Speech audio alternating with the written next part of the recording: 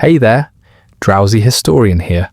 Tonight, you're in the cradle of civilization, ancient Mesopotamia, where the twin rivers, the Tigris and Euphrates, wind through a land of reeds, clay, and quiet invention. You're not a ruler or a priest, just an ordinary worker drifting through a waking city. Before we start, do me one small favour. Tell me where you're listening from and what time it is there. If you'd prefer these stories without ads, you can join the Patreon. It's linked in the description. And if you want the ultimate immersive experience, consider using a pair of wireless earbuds. They're comfortable, discreet, and designed so you can wear them even while sleeping. I've linked my favourite pair plus other sleep tools in the description. Now, lie back, get comfortable. Let's begin. You awaken beside the whispering water. The light is soft and undecided, a pale grey that seems to tremble between night and day. Mist curls low over the riverbanks, where reeds sway with slow, dreamlike gestures. The air is cool and smells faintly of wet clay, crushed grass, and the faint sweetness of silt. Somewhere beyond the fog, a heron moves, its long legs slicing the water's mirror surface without a sound. You do not remember how you came to be here, only that the rivers have always been waiting. The Tigris on one side, the Euphrates on the other, flowing like twin thoughts in the mind of the earth. Between them life gathers quietly, drawn to the promise of water in a wide and empty plain. The world feels young, unhurried, as though it has not yet decided what it wants to become. You rise slowly, feeling the damp soil beneath your palms. Each grain of mud clings with a soft persistence, as though even the earth wishes not to let you go. In the distance, the first light of morning slides across the horizon, turning the mist to gold. You breathe deeply, and it feels as if the air itself carries memory of rainstorms, of floods, of the slow patience that shaped this land over uncounted years. The rivers murmur in low voices, speaking in a language you almost understand. Their sound is steady, like breath, like the pulse of something enormous and unseen. Birds drift overhead, their calls fading into the endless openness. Beyond them you see the faint line of distant hills, hazy, almost imaginary. Between here and there the world belongs to the rivers. You walk toward the water's edge. The ground squelches softly under your bare feet. A frog leaps into the shallows, leaving circles that widen and fade. You crouch, touching the river's skin, cool, smooth, alive. The water glides around your fingers and continues on, indifferent but welcoming. You feel the faint tug of its current, and for a moment, you sense the invisible network of streams and channels that spread like veins through the plains.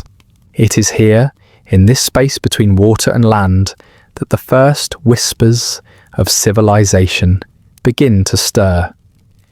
Not through conquest or kings, but through necessity, through the humble, tireless rhythm of those who live beside these rivers.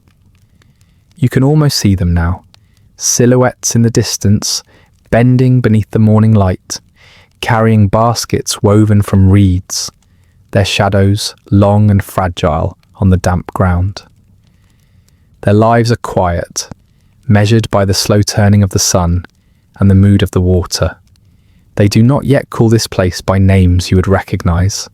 Not Uruk, not Eridu, not Sumer, but already the idea of a city is breathing here. You follow the faint path worn by many feet before you. Along the way, the land rises slightly, revealing a patchwork of marsh and meadow. Wild flowers nod in the gentle wind. Insects hum unseen. You pass a grove of date palms, their fronds rustling softly like a whisper of rain. The air grows warmer now. The sky ripens into a tender blue. The settlement appears almost by surprise, a cluster of low huts made of reeds and mud, their curved roofs glistening faintly with dew. Smoke rises from small hearths, carrying the smell of burning wood and wet straw. A dog stretches in the sun, watching you with half-closed eyes. Somewhere, a child's laughter floats across the morning, brief and pure as bird song. You pause and simply listen. The soundscape of early life unfolds slowly. The creak of a wooden tool, the slap of wet clay shaped by practiced hands, the murmur of a woman singing to calm her child. Every noise is gentle, patient, without urgency. There is work to be done, but it is work that repeats with the constancy of the seasons. Someone greets you, a man whose skin is the colour of the earth itself, his eyes bright from the reflection of the river. He offers you a small bowl of water, scooped from the stream and filtered through a cloth. It tastes faintly of the world, mineral, soft, ancient. He gestures toward the fields beyond, where barley sways in uneven rows. The crop is young, green and thin, trembling with the morning breeze. You walk beside him in silence. The soil beneath your feet is damp and rich, darkened by countless floods. Canals snake outward from the river, narrow and precise, guiding the water where it is needed most. It is an early kind of intelligence, not written, not spoken, but lived through experience. The people here understand the moods of the river, as one might understand the temper of a friend. Its generosity, its danger, its quiet persistence. You stoop and run your fingers through the wet earth of a furrow. It is soft, pliant, alive with unseen creatures. Somewhere deep below, the river's memory lingers, each flood leaving a thin film of silt, each season renewing what was lost. You realize that this is how time itself feels here, circular, unhurried, returning always to the same place, like the winding of the water. The sun climbs higher, and with it comes warmth. Workers move slowly, carrying bundles of reeds, shaping bricks from clay mixed with straw. They lay them out to dry, turning them occasionally, the smell of sun-baked earth growing stronger with every hour. You sense that something immense is happening, something no one yet names as history. From simple acts, digging, shaping, planting, a structure is forming, invisible but certain. The idea that humanity can remain, can endure, can build. You rest beneath a palm tree as the air thickens with heat. A faint breeze stirs the leaves, casting shifting patterns of shadow across your face. The sound of the river continues, steady, reassuring, the world's first lullaby. You close your eyes, and even behind your eyelids, you can see the shimmer of water and the dance of light. In the distance, a drum begins to sound, low, rhythmic, ancient. It marks no battle, no ceremony, only the passage of another morning. The people move to its beat without thought. Their steps and gestures fall into the same soft rhythm. Work becomes movement, movement becomes song, and song becomes a quiet acceptance of the day. When you open your eyes again, the light has changed. The sun glows like molten bronze above the fields. Shadows stretch long and blue. The air is heavy with the scent of ripening grain and warm clay. You watch the river glint between the reeds, carrying with it fragments of reflection. Sky, cloud, bird, leaf. 1,000 fleeting worlds dissolving and reappearing. You walk again toward the water, drawn by its whisper. The surface ripples gently, catching the light in restless patterns. You kneel and dip your hands once more. The water feels warmer now, and you sense its slow passage southward, toward unknown lands, toward the Gulf, where the rivers finally meet the sea. You imagine the generations that will follow, each one rising from these banks, shaping new villages, new cities, new gods. You think of the scribe who will one day press his stylus into clay and mark the first word, the first record of this place. You think of the temples that will rise, the towers that will crumble, and the endless returning of the river's voice. The sun lowers and the air begins to cool. You lie back on the grass and watch thin clouds drift lazily above. The world feels eternal in its slowness. The rivers flow beside you, patient ancient, remembering everything. You close your eyes again, listening. The sound of the water becomes softer, more distant, until it feels like your own breathing. You're not sure where the river ends and you begin. In this quiet, endless moment, you understand. Everything that will ever be, every city, every story, every whispered prayer, begins here in the murmuring between two rivers. And still they flow, still they remember. The morning unfolds slowly, like a sheet of gold laid across the land. You stand where the water meets the shore, and the cool mist has already begun to lift. The air tastes of warmth and dust, of things beginning again. Behind you, voices rise, calm and familiar, calling to one another across the field. It is time to work. You move toward the pits where the earth has been dug open, shallow and wide, filled with the river's residue. The mud glistens, thick and heavy, its surface marbled with darker veins. Someone hands you a wooden scoop, smooth from many hands before yours. You sink it into the pit and stir, and the scent rises up, wet, sweet, elemental. It smells of rain remembered, of all that the river has carried and left behind. The sun climbs higher, the mist is gone now, and light spills over everything, over the reeds and the baskets, over the footprints pressed deep in the soft ground. The clay clings to your skin, cool at first, then warming to your touch. You kneel, feeling the grain of the earth between your fingers, and begin to mould it. Each motion feels ancient, instinctive, as if your hands already know the pattern of creation.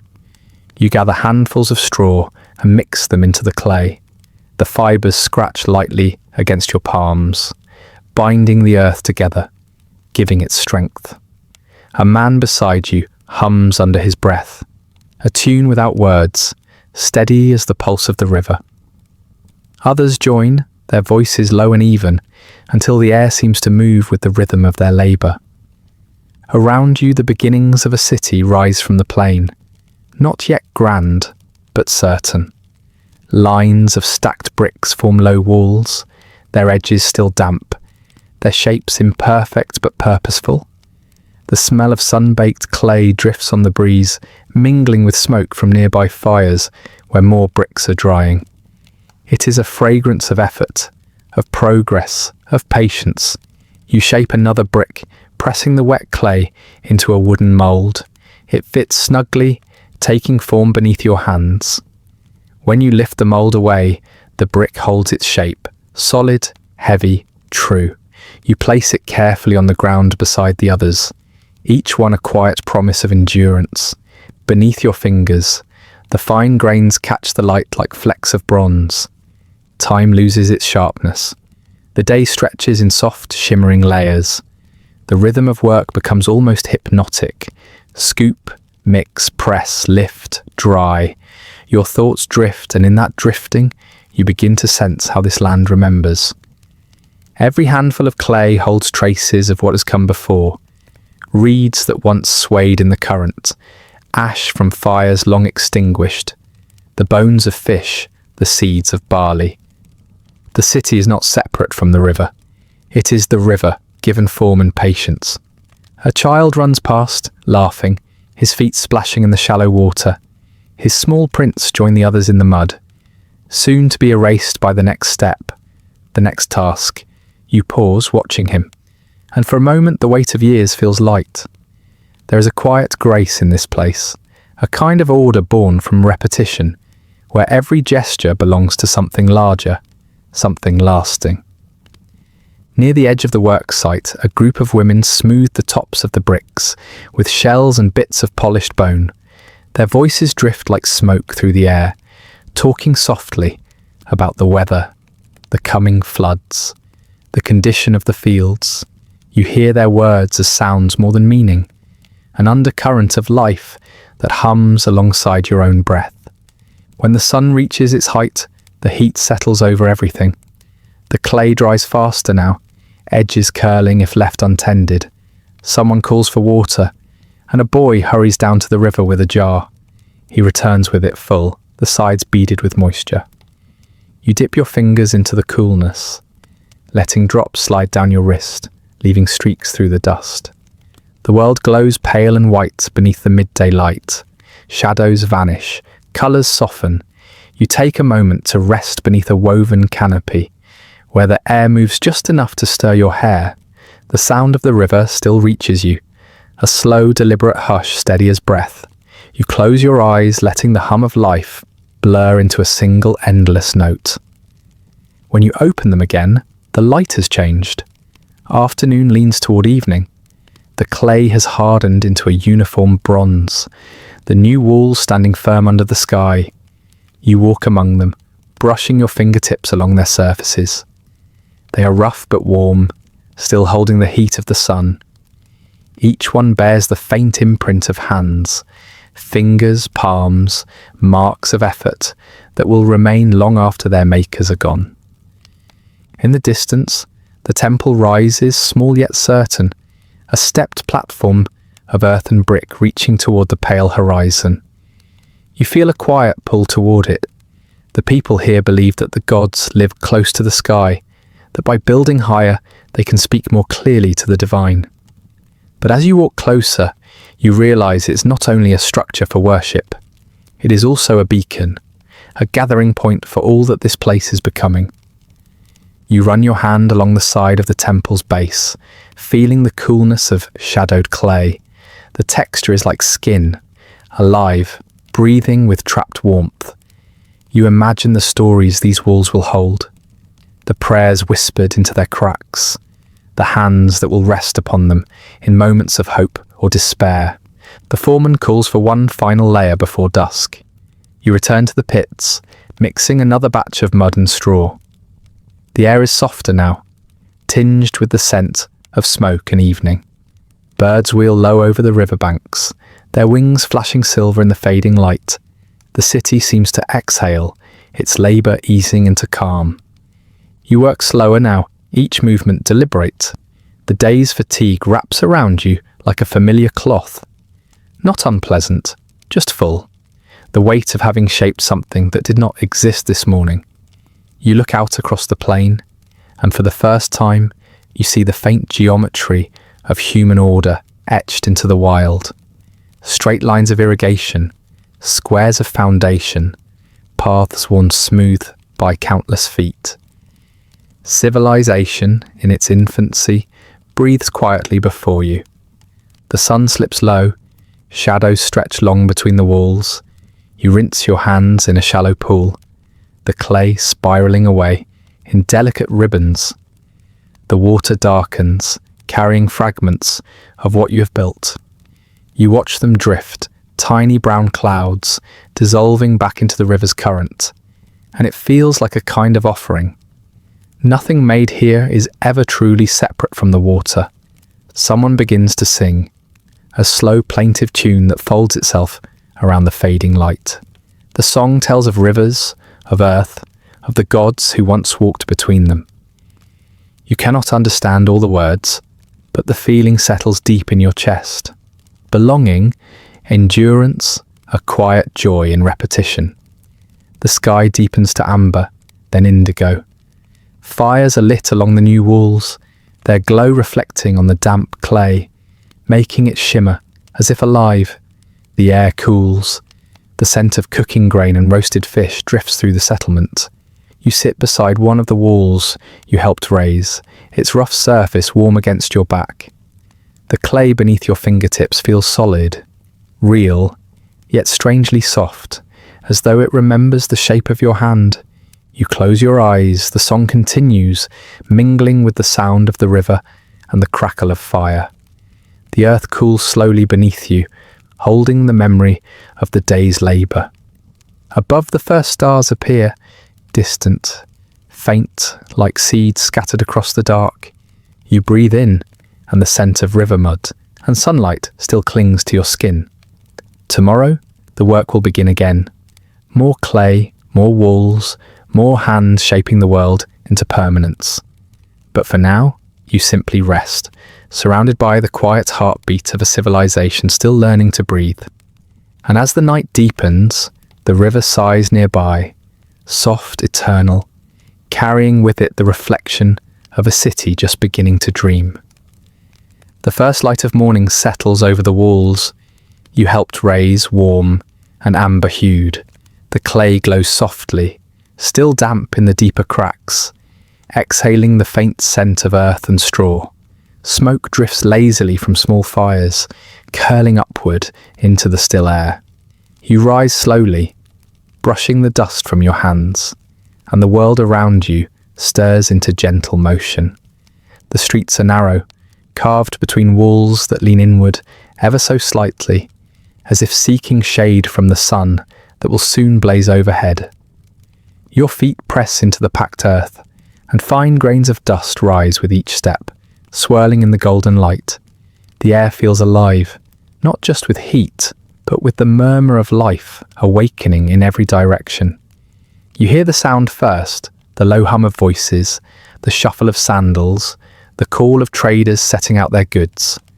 Then the smells reach you: sesame oil, thick and nutty, honey, rich and warm, smoke from cooking fires, and the faint metallic tang of wet bronze cooling on a blacksmith's anvil. Every breath tastes like the city, a mix of labour and sweetness, dust and desire. Children dart through the alleys, their laughter echoing between the mud brick walls. They carry reeds like spears, chasing one another through the maze of passageways. A woman calls after them, her voice carrying the lilt of familiarity, half annoyance, half affection. You smile without meaning to. The sounds of life feel like music here, unplanned yet rhythmic, like the city itself is singing softly to keep time with the sun. You pass a courtyard, shaded by woven mats stretched between rooftops. Beneath them, a potter's family eats their breakfast. Flatbread dipped in oil, a few dates piled neatly on a clay plate. A jug of water glistens in the centre, its surface rippling with light. Steam rises from a nearby kiln, carrying with it the scent of baked earth. The potter's hands, stained red from the clay, move even as he eats, shaping an unseen form in the air, tracing the memory of his work. Farther along, you hear the call of merchants from the open market ahead, a wide space where the streets meet like streams joining a river. You move toward it, drawn by the sound of voices and the steady rhythm of trade. The market is alive with colour and texture. Baskets of barley and lentils, heaps of dried figs, copper vessels catching the sunlight like small fires. Fabrics of pale linen ripple in the breeze, their fibres still carrying the faint scent of the reeds they were woven from. You wander among them, feeling the pulse of the crowd, slow, steady, communal. A man offers you a taste of his honey, pressing a small piece of comb into your hand. It melts on your tongue, golden and soft, tasting faintly of flowers and heat.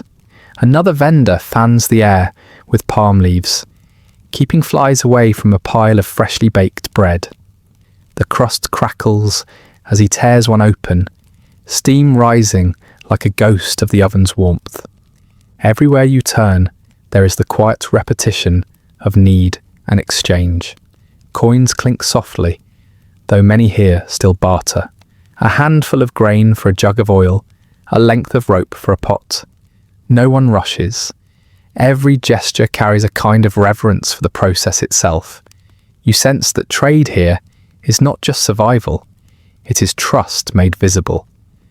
A group of men in simple tunics stand near a large slab of clay inscribed with careful lines. One of them traces a symbol with the tip of his reed stylus, pressing it gently into the surface. You recognize him as a scribe, one of those who gives shape to the invisible, who preserves moments that might otherwise vanish like dust in the wind. He works in silence, his face calm, his movements deliberate.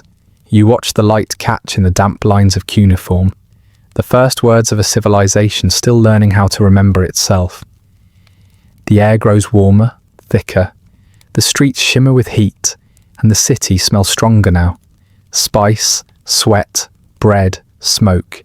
You find shade beneath a narrow awning beside a merchant selling small bottles of oil. He waves you closer, smiling, his hands slick with the product of his trade. He uncorks a vessel and lets you inhale. The scent is sharp, sweet, almost intoxicating. Sesame, crushed herbs, and a faint undertone of myrrh. It clings to your thoughts like sunlight through glass. You realize this is what the city smells like when it breathes. Not just dust and toil, but perfume and purpose mingled inseparably. You continue walking. The walls seem to pulse with light, their surfaces uneven but alive, etched with the hands that built them. A boy leads a small goat through the street, its hooves clicking softly on the ground. Two women pass carrying large baskets on their heads, their dresses patterned with fine woven threads, dyed in muted ochres and blues. The fabric catches the light, like rippling water. At the next corner, you pause. A fountain stands there, a simple basin of clay fed by a narrow channel from the river. Water trickles over the edge, spilling into a shallow trough where children dip their hands. The sound is delicate, constant, soothing, like the memory of the river's whisper, made smaller, tamed for the city's heart. You crouch and let the water wash over your fingers. The touch is cool, the scent faintly mineral. The relief is immediate, spreading through your skin like quiet gratitude. You notice how the streets twist, never straight, always bending toward shade, toward breeze, some aligned with workshops, others with homes whose doorways open directly onto the path. Through one, you glimpse a small altar carved into the wall, a simple figure of baked clay, its face smoothed by countless touches. A sprig of barley lies before it, a whisper of offering. The gesture feels deeply familiar, like an instinct born from the soil itself, to give thanks to whatever watches, to whatever allows the water to keep flowing. Afternoon drifts in softly. The market slows, shadows lengthen across the walls. You hear the low rhythm of drums somewhere far away, perhaps from a temple courtyard, perhaps from a celebration you cannot see. The air has changed. It smells of cooling stone, of tired bodies, of the sweetness of bread baked hours ago. You make your way upward, climbing a gentle rise that overlooks the clustered rooftops. From here, the city spreads like a mosaic, rooftops of reed and clay, streets winding between them like veins. The river gleams beyond, a silver thread winding through fields of green and gold. Smoke rises in thin lines, disappearing into the pale sky. For a moment, everything feels perfectly balanced, chaos and order woven together, life and labour breathing as one. A faint breeze moves across your face, carrying the distant scent of date palms. It reminds you of evening approaching, of fires being lit, of voices gathering again. Somewhere below, a mother calls her children home. You can almost see them, their feet dusty, their laughter fading into the hum of twilight. You descend again, following the winding alleys until you reach a small square where musicians have begun to play. The instruments are simple, drums of stretched skin, flutes of hollow reed, yet their sound is gentle and timeless. The rhythm flows like the river itself, unhurried, inevitable. A few people sway to the melody, eyes half closed, smiles faint. It is not celebration as much as continuity, the simple act of existing together as the light fades. You lean against a wall and listen. The song drifts through the narrow streets, mingling with the scent of incense from a nearby shrine. Smoke curls upward, white and sweet, carrying with it the prayers of the city, not shouted, not urgent, but whispered like secrets to the wind. As the first stars appear, the light on the walls deepens to amber, then to brown, then to shadow. Oil lamps flicker in doorways, their flames small and steady. You walk slowly through the darkening streets, feeling the temperature fall. The air cools, the dust settles, a calmness spreads. wrapping the city in a fragile quiet. At the end of the street, you stop and turn. Behind you, the city glows softly, a constellation of light and smoke, of people and stone. The scent of sesame and honey still lingers in the air, blending with the faint perfume of the night. You feel the pulse of it all, this young civilization, alive and breathing, fragile yet eternal. You keep walking, following the sound of the river calling faintly through the night. Ahead, its reflection glimmers like a strip of silver through the reeds. The breeze carries the memory of water, the whisper of the gods and the promise of another dawn, waiting quietly beyond the horizon. And somewhere beneath the hush of it all, the city continues to dream, its streets of dust and perfume breathing gently in the cradle of two ancient rivers. The sun stands high above the city, and its light spills over rooftops the colour of sand and milk. Heat ripples through the streets, softening the clay beneath your sandals. You move slowly, your breath steady, your mind quiet. The path before you bends toward the heart of the city, a place where sound falls away and time moves differently. At first you hear the faint toll of a bronze bell, then a murmur of voices, low, rhythmic, like the pulse of the earth. Ahead the temple rises, terraced and immense, its steps leading upward toward the sky. The walls are painted with ochre and faded blues, chipped by years of wind. Birds nest in the cracks between the bricks, their wings flashing white against the dull stone. You pause at the foot of the ziggurat and look up. It feels less like a building and more like a mountain carved by patient hands. Each layer built by those who came before you, each brick moulded by someone's breath and labour. The air smells of incense and dust, of old fires and oil that has long since cooled. You climb slowly, one step after another, your body swaying with the weight of the day. Around you, the city hums faintly, like a faraway sea, the bleating of goats, the chatter of merchants, the steady rhythm of hammers striking bronze. But as you ascend, those sounds fade. Here the world grows still. Here only the gods are awake. At the top, the wind greets you, dry, warm, carrying the scent of reeds from the river and the faint sweetness of dates drying in the sun. Before you stands a courtyard of smooth stone, swept clean by quiet hands. There are bowls of water reflecting the pale light, and beside them, offerings, a handful of barley, a jug of beer, a small carved figurine, its features worn smooth by prayer. You kneel, and the stone is cool against your skin. Your fingers trace the cracks between the slabs, tiny lines that look like rivers when the light catches them. A priest moves nearby, his robe brushing the ground as he tends the altar. His lips move soundlessly, repeating words older than the city itself. Words shaped before writing, pass through breath and memory. You offer what you have brought, a small loaf baked from yesterday's grain, still soft inside, wrapped in a scrap of linen. You set it down beside the others, your hands lingering as though the gods might notice your hesitation. Then quietly you whisper, not in words you were taught, but in the kind that rise from silence itself. There is no answer, only the faint rustle of the priest's robe, the murmur of the wind. Yet something in you feels seen, not by eyes but by the weight of history pressing gently on your shoulders, by the thought that you stand where thousands once stood, asking for the same small mercies. You watch the smoke rise from the altar.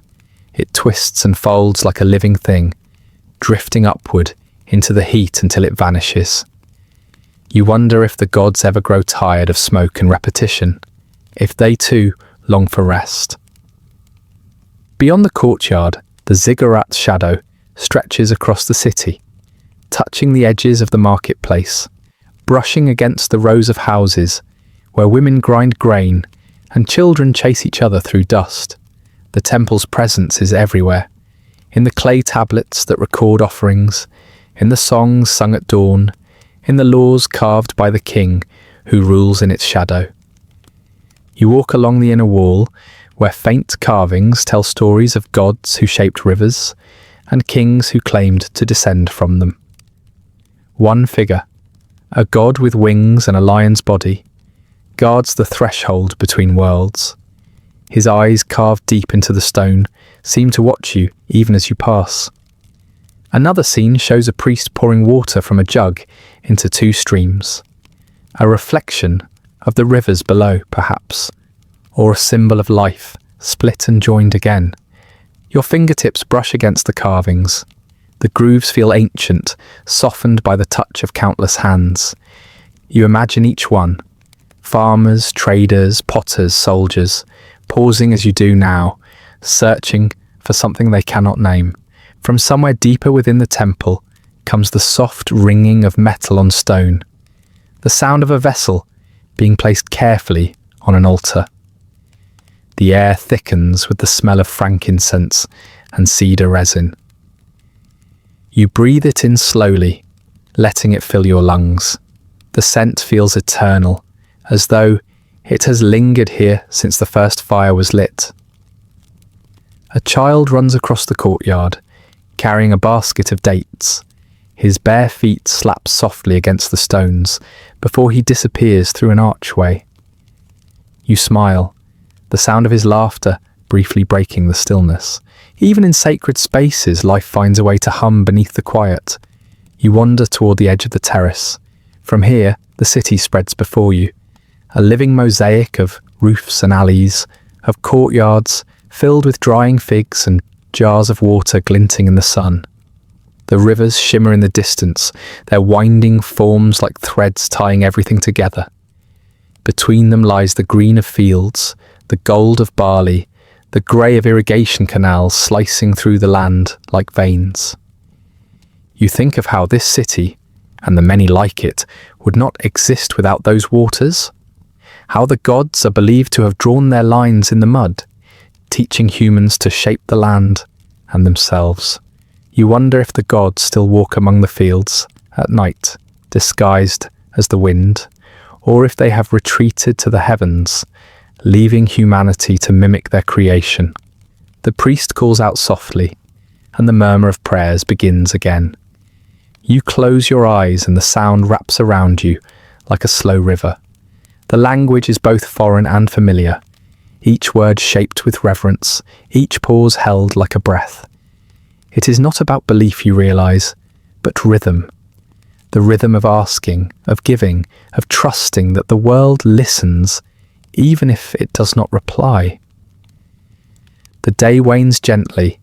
The light shifts from white to amber, then deepens to rose. Shadows lengthen across the temple floor. A breeze stirs the incense smoke, carrying it eastward, toward the horizon, where the rivers vanish into haze. You feel it brush against your skin, soft, warm, like a blessing. When you descend the ziggurat, the city below seems quieter than before. The streets glimmer faintly in the last light, and the scent of the temple clings to your clothes. Cedar, smoke, a hint of barley. The people move like slow figures in a dream, finishing their work as twilight gathers around them. As your feet find the familiar rhythm of the road, you glance once more at the towering temple behind you. Its top catches the last glint of the sun before fading into silhouette. You think of the gods within, silent, patient, watching, and as the evening deepens, you feel that same quiet gaze following you. Not as a burden, but as a reminder. In this land of rivers and clay, everything is seen, everything is remembered. Even the smallest prayer becomes part of the dust that will one day shape another city, another dawn. You walk on beneath a sky the colour of cooling bronze as the first stars appear, small watchful lights above the land that never truly sleeps. The evening air is still warm as you walk through the narrow streets, where oil lamps flicker like quiet eyes along the walls. The scent of incense lingers faintly, carried from the temple, where smoke still drifts upward into the deepening blue of the sky. Behind you, the hum of prayers fades, replaced by the softer sounds of life winding down. The splash of water poured into jars, the murmur of voices sharing the day's end, the rhythmic thud of a millstone turning for the last time before rest. You follow the quietest of paths, one that leads toward the edge of the city's heart, where the streets open into a small courtyard. Here, the air smells of clay, not of the damp earth that clings to riverbanks, but of the kind warmed by the day's sun and cooled by the slow approach of night. In the centre of the courtyard sits a man before a low table, his posture both weary and calm. His fingers move with the precision of ritual, and you hear it, the faint, deliberate scratching of a stylus pressed into wet clay. You pause in the doorway, letting your eyes adjust to the dimness. The light inside is soft, filtered through a hanging cloth that sways slightly in the evening breeze. Shadows move across the walls, tracing the motion of the scribe's hand. His stylus, carved from reed, glints briefly when it catches the light. Every line he inscribes feels measured, as though each symbol carries the weight of something sacred. You step closer, quietly, so as not to disturb the rhythm. The table before him is lined with small rectangular tablets, each a pale brown, each marked with tiny wedge-shaped impressions. To the untrained eye, they are patterns without meaning, but to him they are stories, lists, prayers, debts and memories, all pressed into the same earth that built the city's walls. His voice, when it comes, is low and even, like water flowing through a channel. Words do not live in the air, he says, not looking up. They live in the clay. You watch as his hand moves again, shaping a sign that resembles a bird in flight, another that looks like a grain stalk bending under its own weight. The stylus dips, turns, presses. Each stroke is a breath, a pulse, a thought made visible.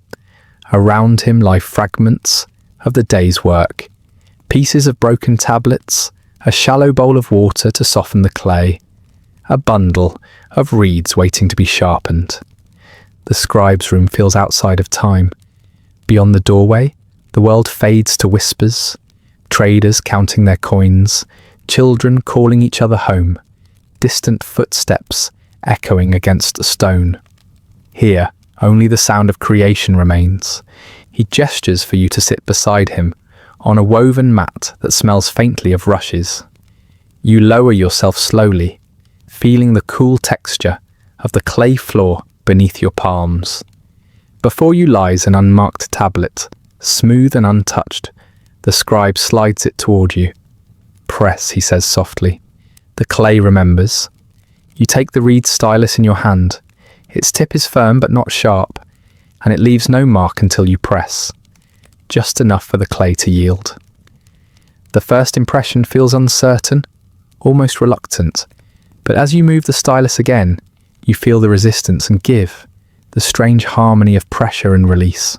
The marks are small, uneven, but they belong to the earth now, as real as footprints along the riverbank, as permanent as breath held in stone. You realize, with a quiet wonder, that this act, this simple pressing of symbols into clay, is how time speaks to itself.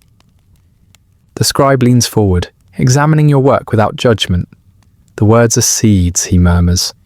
Once planted, they grow in silence. His eyes, lined with years, hold the stillness of someone who has spent his life in listening rather than in speech. Around him, the walls are stacked with tablets, hundreds of them, some wrapped in thin layers of linen to protect them, others bare, marked by hands long gone. A few are broken, edges chipped, signs missing. Yet even incomplete, they feel alive, like fragments of thought suspended between centuries. He tells you, almost to himself, that he writes for those who will never know his name, that each mark, no matter how small, might one day be read by another who wishes to remember what this world once was, its trade, its harvests, its songs, its offerings to the gods. As he speaks, his hand does not stop moving. You can hear the steady rhythm again. Press, turn, lift, breathe. It sounds like rain on stone, patient and eternal. Outside, the last of the daylight fades. The city falls into its nighttime hush, broken only by the occasional bark of a dog or the soft clang of a closing gate. The lamps flicker, and their glow deepens the shadows, turning the clay surface to gold. The scribe sets his stylus down for a moment and leans back, stretching his fingers.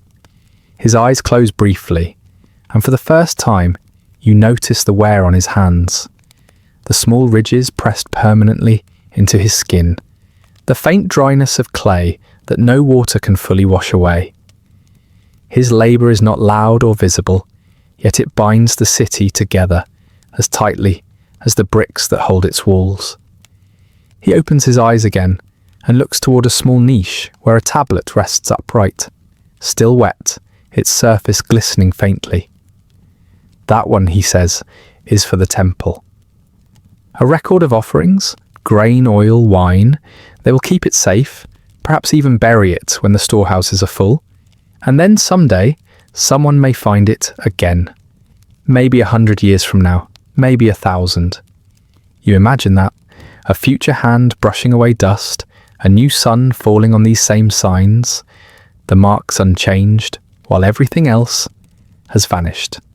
The thought is both humbling and strange. The scribe dips his stylus in water and writes again. You watch as symbols bloom across the clay, like constellations appearing in the night sky. Their meaning is complex, layered, a script born not from speech but from necessity, from the need to measure and record, to keep the memory of a transaction, a promise, a life. He tells you how it began, with tallies scratched into bone, with notched sticks and counting stones, with the faintest desire to hold something of time still. Then came the tokens, small pieces of clay shaped like grain or sheep, or jars of oil, stored in sealed envelopes. And then finally, someone thought to press the symbols themselves into clay, to make the tokens unnecessary. And from that simple act, writing was born. You listen, letting his words settle like dust. The story feels less like invention and more like discovery, as if language had always existed in the earth, waiting for human hands to draw it out. The fire in the corner burns low. Its glow touches the edges of the tablets stacked in the shadows, turning them into tiny landscapes of hills and valleys, each mark a record of breath and will. The air smells of drying clay, faintly metallic and warm. When the scribe finishes his last tablet, he sets it carefully beside the others. His hand lingers on it, as though blessing what he has made. Then he turns to you, his voice a whisper. The clay holds everything. But it is also fragile. The rain can take it back. You look down at your own small tablet, your uncertain marks beginning to dry. You think of the rivers that shape and unshape the land, of temples rising from mud, of the slow patience of human hands.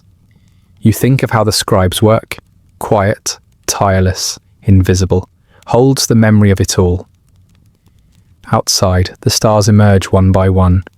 Their light spills through the open doorway, falling across the table, across your hands, across the soft surface of clay that still remembers the warmth of your touch. And in that stillness, under the breath of the ancient night, you understand that the scribe's labour is not just to write, but to keep the world from forgetting itself. The night fades softly into morning. You wake to the faint, comforting smell of damp earth and warm air carrying a distant hum, not of insects or wind, but of people. The scribe's courtyard still lingers behind your eyes, the cool clay, the soft light, the marks that held memory. Yet beyond the walls, the city stirs to life again. You step into the light.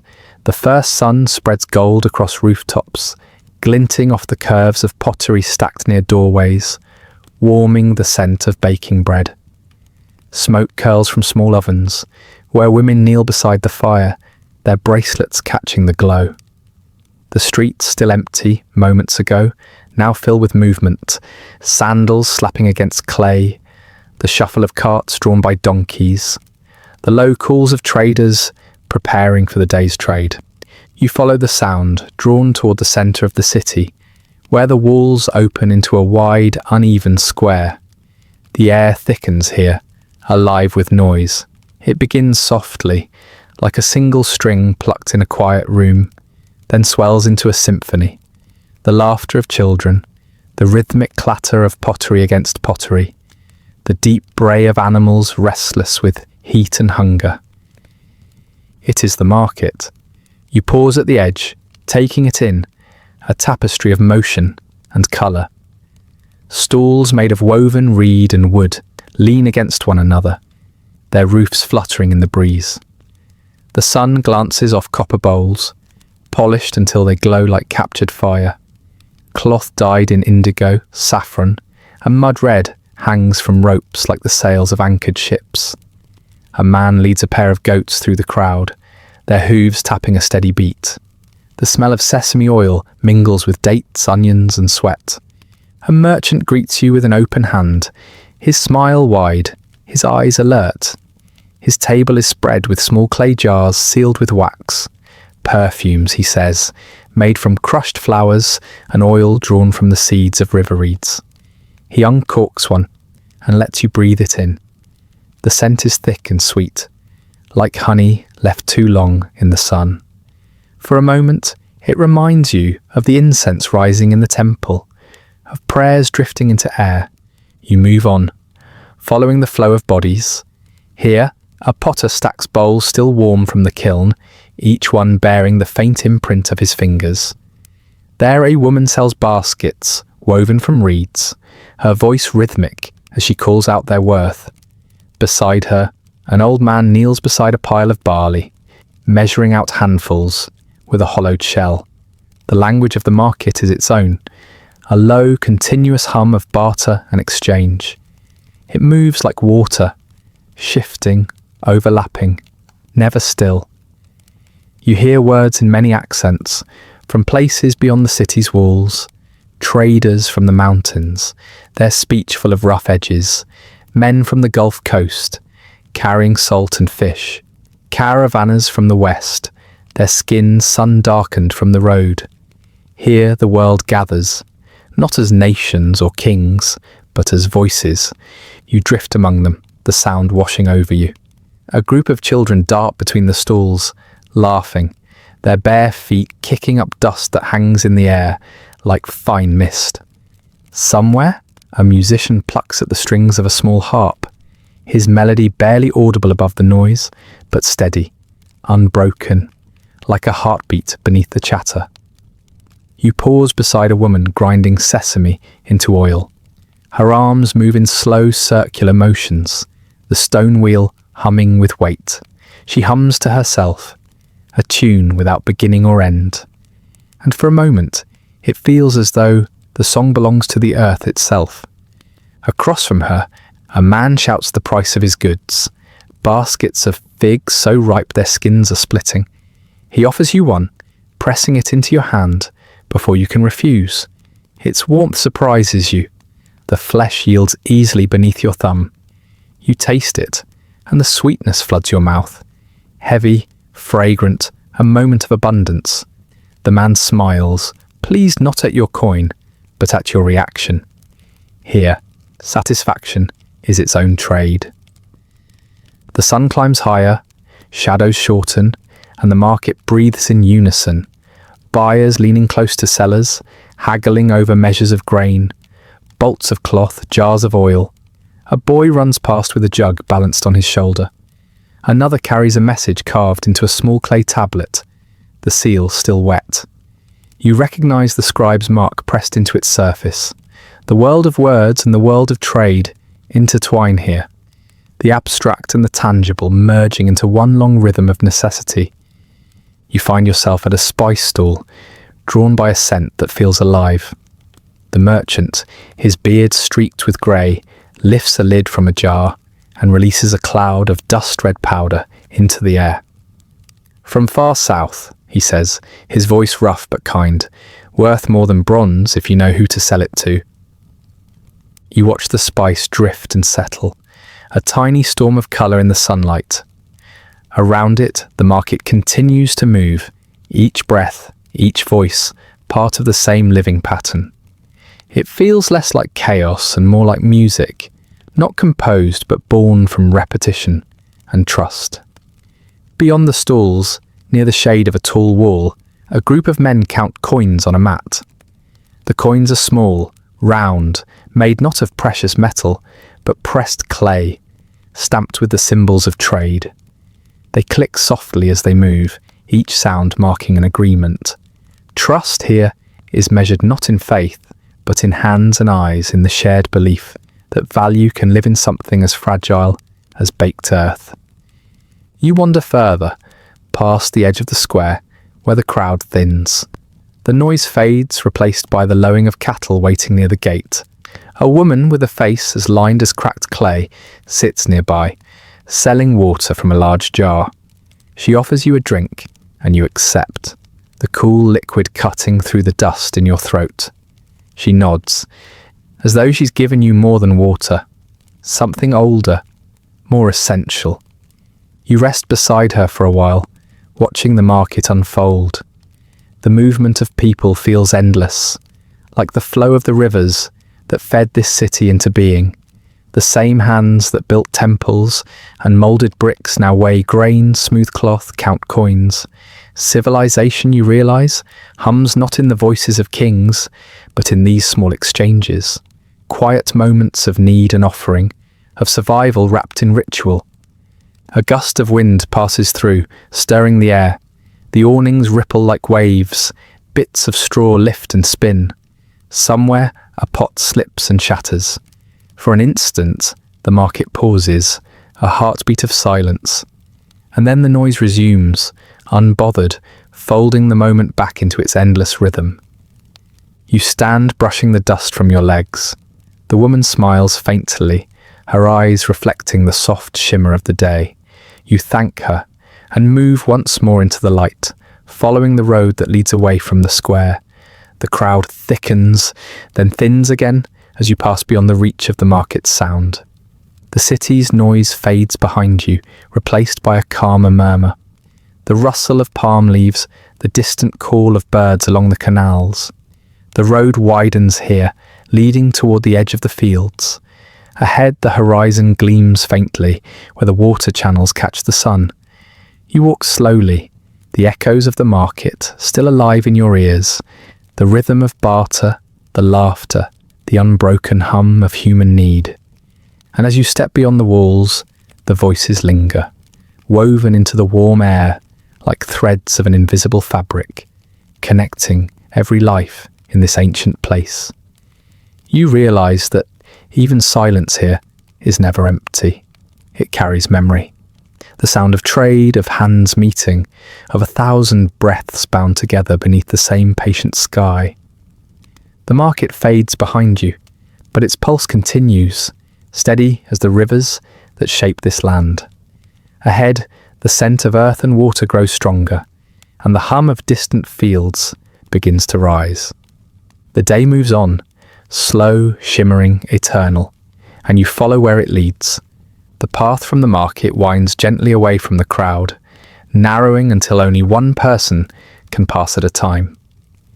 The air cools as you leave behind the scent of spices and bodies, replaced by something quieter. The faint, wet smell of earth, the soft hiss of sand shifting underfoot. The hum of voices fades into a distant memory, leaving only the steady rhythm of your own breath and the whisper of wind brushing across the open plain. The city's walls rise behind you, and ahead stretches a small cluster of workshops along the riverbank. Smoke curls lazily from low chimneys. The ground is scattered with fragments of clay, chips and shards that catch the sunlight, glimmering faintly like pieces of ancient shells. You walk slowly, listening. Somewhere close by, You hear a soft, hypnotic sound, a low whirring, steady and alive, like the heartbeat of the earth itself. You follow it. The sound leads you to a shaded courtyard where a man sits before a spinning wheel.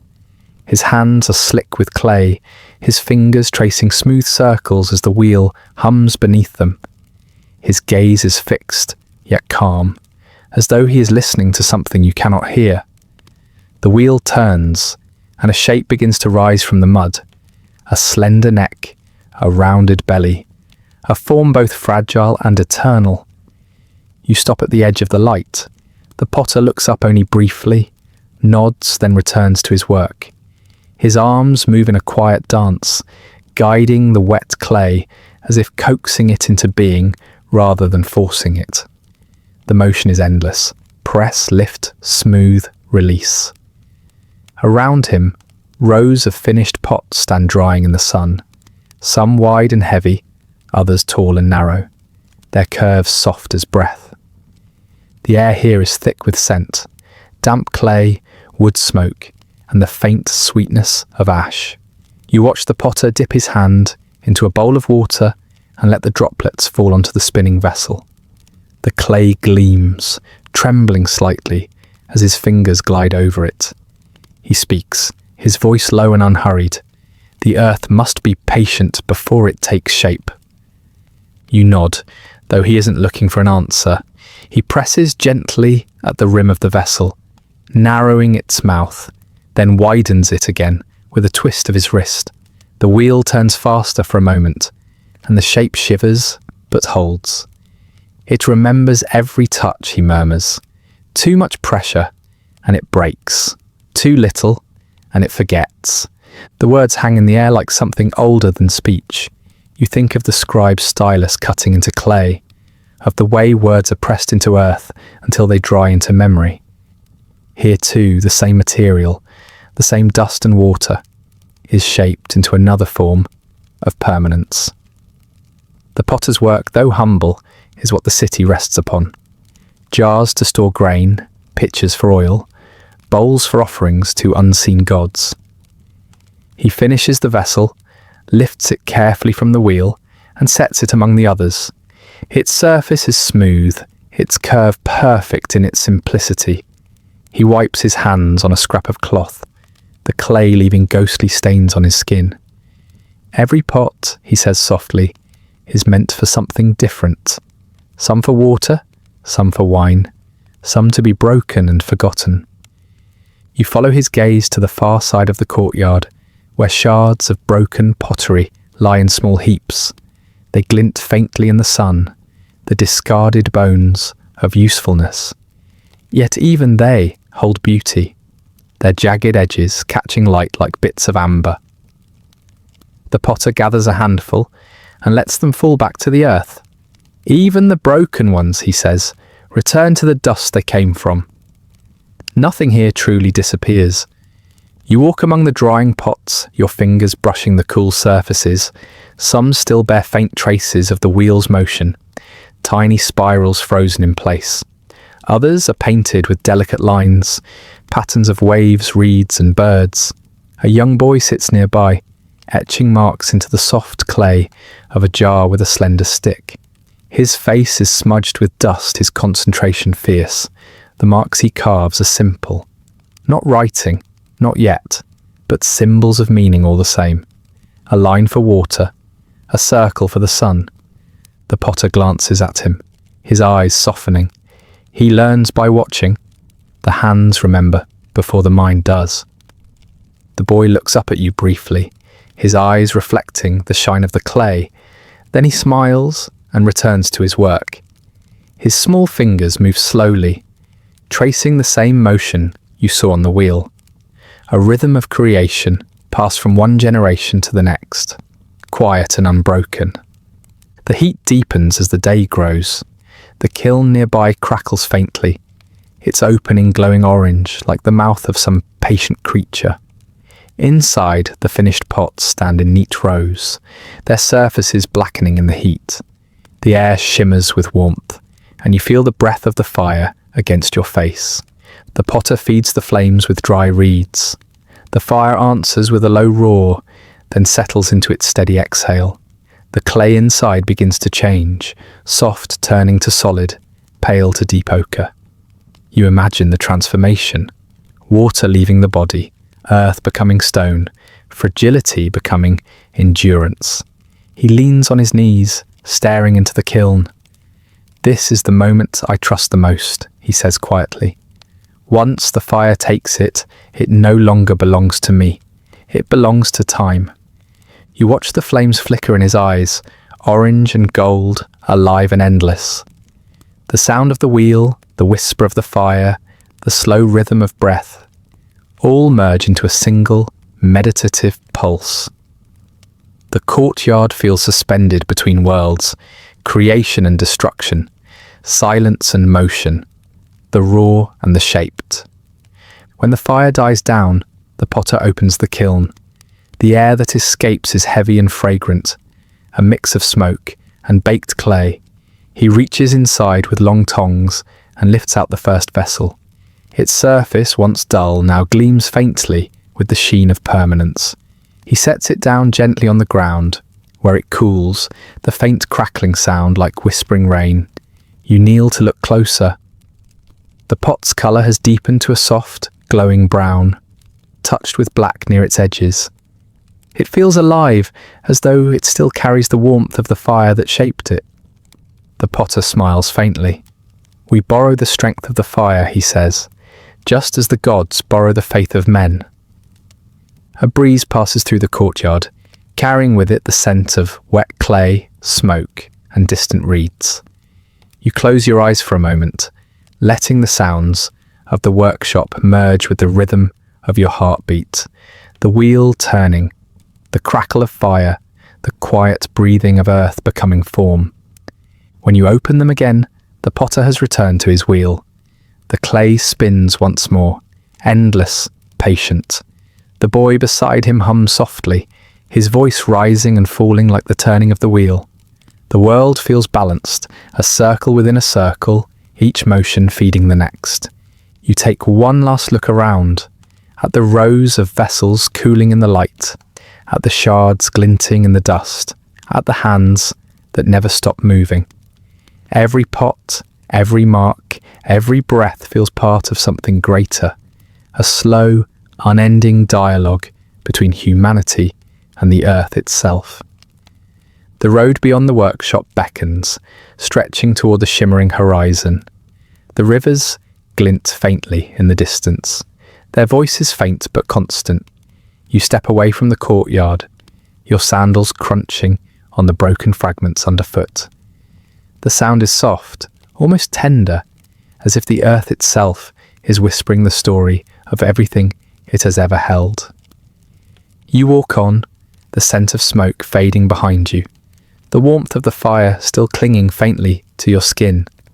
Ahead, the fields spread out in rippling gold under the afternoon sun, waiting. And as the wheel spins endlessly behind you, you feel the pulse of its motion echoing within. A reminder that creation, like time, never truly stops. The road unwinds from the city like a ribbon of dust, its edges softened by the footprints of countless lives. You follow it beyond the last of the clay houses, past the workshops where smoke drifts lazily into the sky, and toward the wide golden plain that waits beyond the walls. The air changes here, open, cleaner, scented faintly with earth and ripening grain. The noise of the city fades into memory, replaced by something older, steadier. The rhythm of wind brushing through barley stalks, the whisper of water travelling unseen beneath the soil. A gentle heat rises from the ground, wrapping around you like a living breath. Ahead, the horizon glows pale, where the rivers thread through the fields in long, patient arcs. The walls of the city stand behind you, low and sun-warmed, their edges softened by distance until they seem almost a mirage. Beyond them, the world stretches wide and unbounded, a place of work, of endurance, of quiet cycles that repeat without end. You walk toward the sound of running water. The irrigation channels glimmer like veins of light, their surfaces rippling softly under the morning sun.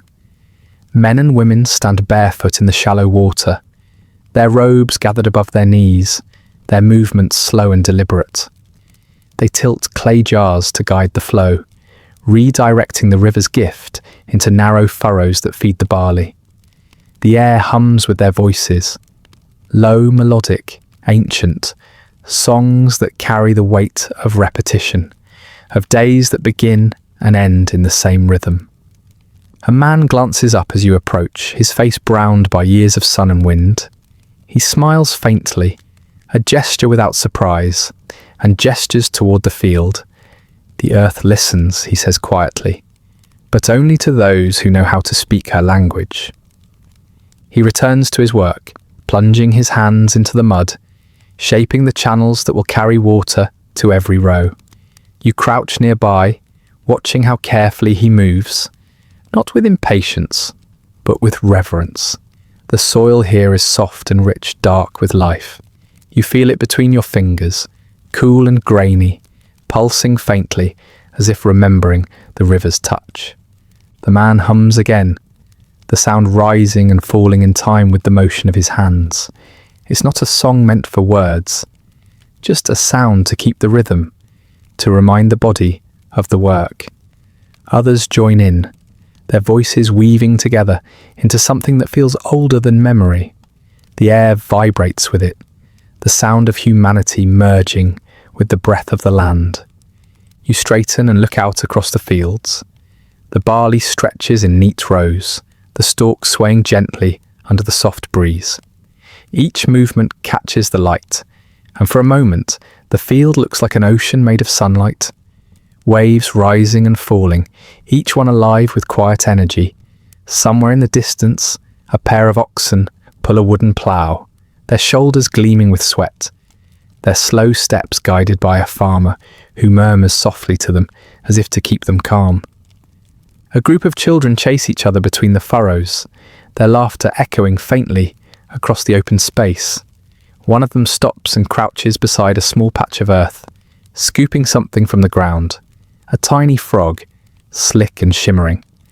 The child holds it up, laughing, then sets it gently back into the water. Even here, in this place of labour, life persists in small joys, unnoticed by the gods, but not by the earth. You walk further along the channel, where a woman kneels beside a basket filled with fresh-cut reeds. She's binding them together with strips of palm fibre, her fingers moving quickly and sure. The reeds will become mats, fences, maybe even roofs, the quiet architecture of necessity. She looks up briefly, her eyes the colour of river silt, and nods before returning to her work. Nearby, another woman scatters handfuls of grain into the wet soil, her motions graceful and unhurried. The seeds vanish beneath the surface, swallowed by the earth's patient hunger. She doesn't pause to watch them sink. She already knows the rhythm by heart, what will come and when. The sun climbs higher, its light spreads over the plain in a haze of gold, touching the water, the fields, the skin of those who labour. Shadows shorten and merge. You wipe the sweat from your brow, and for a moment you feel part of the same endless motion. Water flowing, hands shaping, seeds sinking into the mud. A herdsman passes by, leading a small group of goats along the edge of the irrigation ditch. Their hooves leave delicate impressions in the soft earth, soon to be erased by the next flow of water. He carries a curved staff, worn smooth by years of touch. Around his neck hangs a small clay amulet in the shape of a crescent moon. He nods as he passes, his eyes distant, his expression calm. The look of someone who has learned to live at the pace of the land. Beyond the barley, date palms rise in tall, scattered clusters, their fronds swaying softly. Between them, small gardens grow, onions, lentils, cucumbers, each patch carefully tended. The smell of life is everywhere. Damp earth, green shoots, warm sunlight, and the faint sweetness of flowering reeds. You realise that everything here, Every sound, every scent, every motion exists in harmony with the rivers that gave birth to it all. You stop at the edge of the field and watch as a group of farmers gathers for a moment of rest. They sit in a rough circle under the shade of a palm, their baskets beside them, their sandals coated with mud. One of them unwraps a small loaf of barley bread. Another passes around a jar of water. The conversation is quiet, filled with short murmurs and laughter that comes softly, like ripples on the river. An older man sits slightly apart, holding a small clay tablet in his lap. He runs his fingers across the faint lines pressed into it. Numbers, tallies, the record of how much grain was harvested, how much water was borrowed from the canal, how much tax will be owed to the temple storehouse. His lips move silently as he counts. In this simple motion, the heartbeat of the civilization echoes. The balance between toil and record, between earth and word. When they rise again, the work resumes as naturally as breath. The sound of their tools against the soil becomes a rhythm, the wheel of life turning with the steady hum of effort. You feel the pulse of it through your feet, the vibration of centuries layered beneath the dust. Every furrow dug, every seed sown, every jar filled is part of the same vast symphony, unseen but unending. As the afternoon deepens, clouds begin to gather on the far horizon. The light shifts, softens, turns the fields into a sea of bronze. A faint breeze carries the scent of rain long before it arrives. The farmers glance upward, faces calm, almost grateful. Rain is both blessing and warning. It renews, but it can also destroy. You watch as the first drop falls into the water, rippling outward. Then another, and another. Soon the air is alive with it, soft, rhythmic, insistent. The farmers laugh as the rain soaks their clothes, their songs rising with the scent of wet soil. The rivers swell slightly, their surfaces trembling. The earth drinks deeply, as if waking from a long sleep. You stand still, feeling the rain slide down your arms, your face, your hair. The taste of it is cool and metallic, a mingling of heaven and soil. Around you, the world seems to blur, the walls of the city dissolving in the distance, the fields merging into a single, living canvas. The man beside you, the same one who shaped the channels earlier, looks toward the river. The gods give, he says softly, and the earth remembers. You look where he looks, at the water shimmering in the growing dusk, at the fields breathing under the weight of the storm, at the people who move through it all with the same quiet endurance. And in that moment, you understand. This is the pulse of Mesopotamia, not just the city of clay and stone, but the living world beyond its walls, where every life is tied to the slow heartbeat of the earth. The rain continues, steady and gentle. You close your eyes and listen to the water, to the wind, to the faint, timeless hum of creation. And when you open them again, the horizon is glowing, a faint light over the river, where the next day is already beginning to form. The rain fades into memory long before the sun disappears. By the time you return to the city, your robe clings faintly with the scent of wet earth and barley. The roads glisten in the waning light, and the evening hum of life rises once more, softer now, slower, as if the entire city is exhaling after a long day. The gates stand open, their wooden beams darkened by moisture, and you pass beneath them into streets that feel quieter, gentler, filled with the warmth of flickering oil lamps. You move through narrow lanes where the last merchants gather their goods and sweep dust from their thresholds. The smell of bread lingers in the air, sweetened by honey and smoke from small hearths. Somewhere, a child's laughter rises, then fades into the steady murmur of evening voices. The city, so loud under the sun, now speaks in whispers. the language of tired hands and the slow rhythm of rest. You turn a corner and find yourself before your home, its walls still damp with rain, the small doorway framed by reeds. Inside, the dim light of an oil lamp glows from a niche in the wall. You step in and feel the cool clay beneath your feet.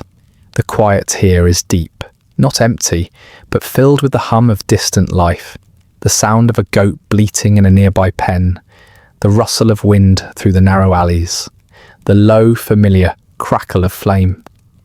You light another lamp and place it near the open window. Its flame trembles as the night air enters, soft, carrying the scent of wet reeds and distant fires.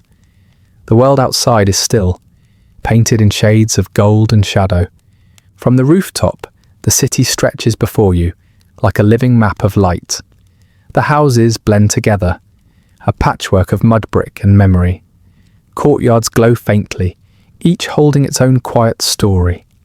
A mother soothing a child, a man unrolling a mat to sleep beneath the stars, a pot of water cooling beside the wall.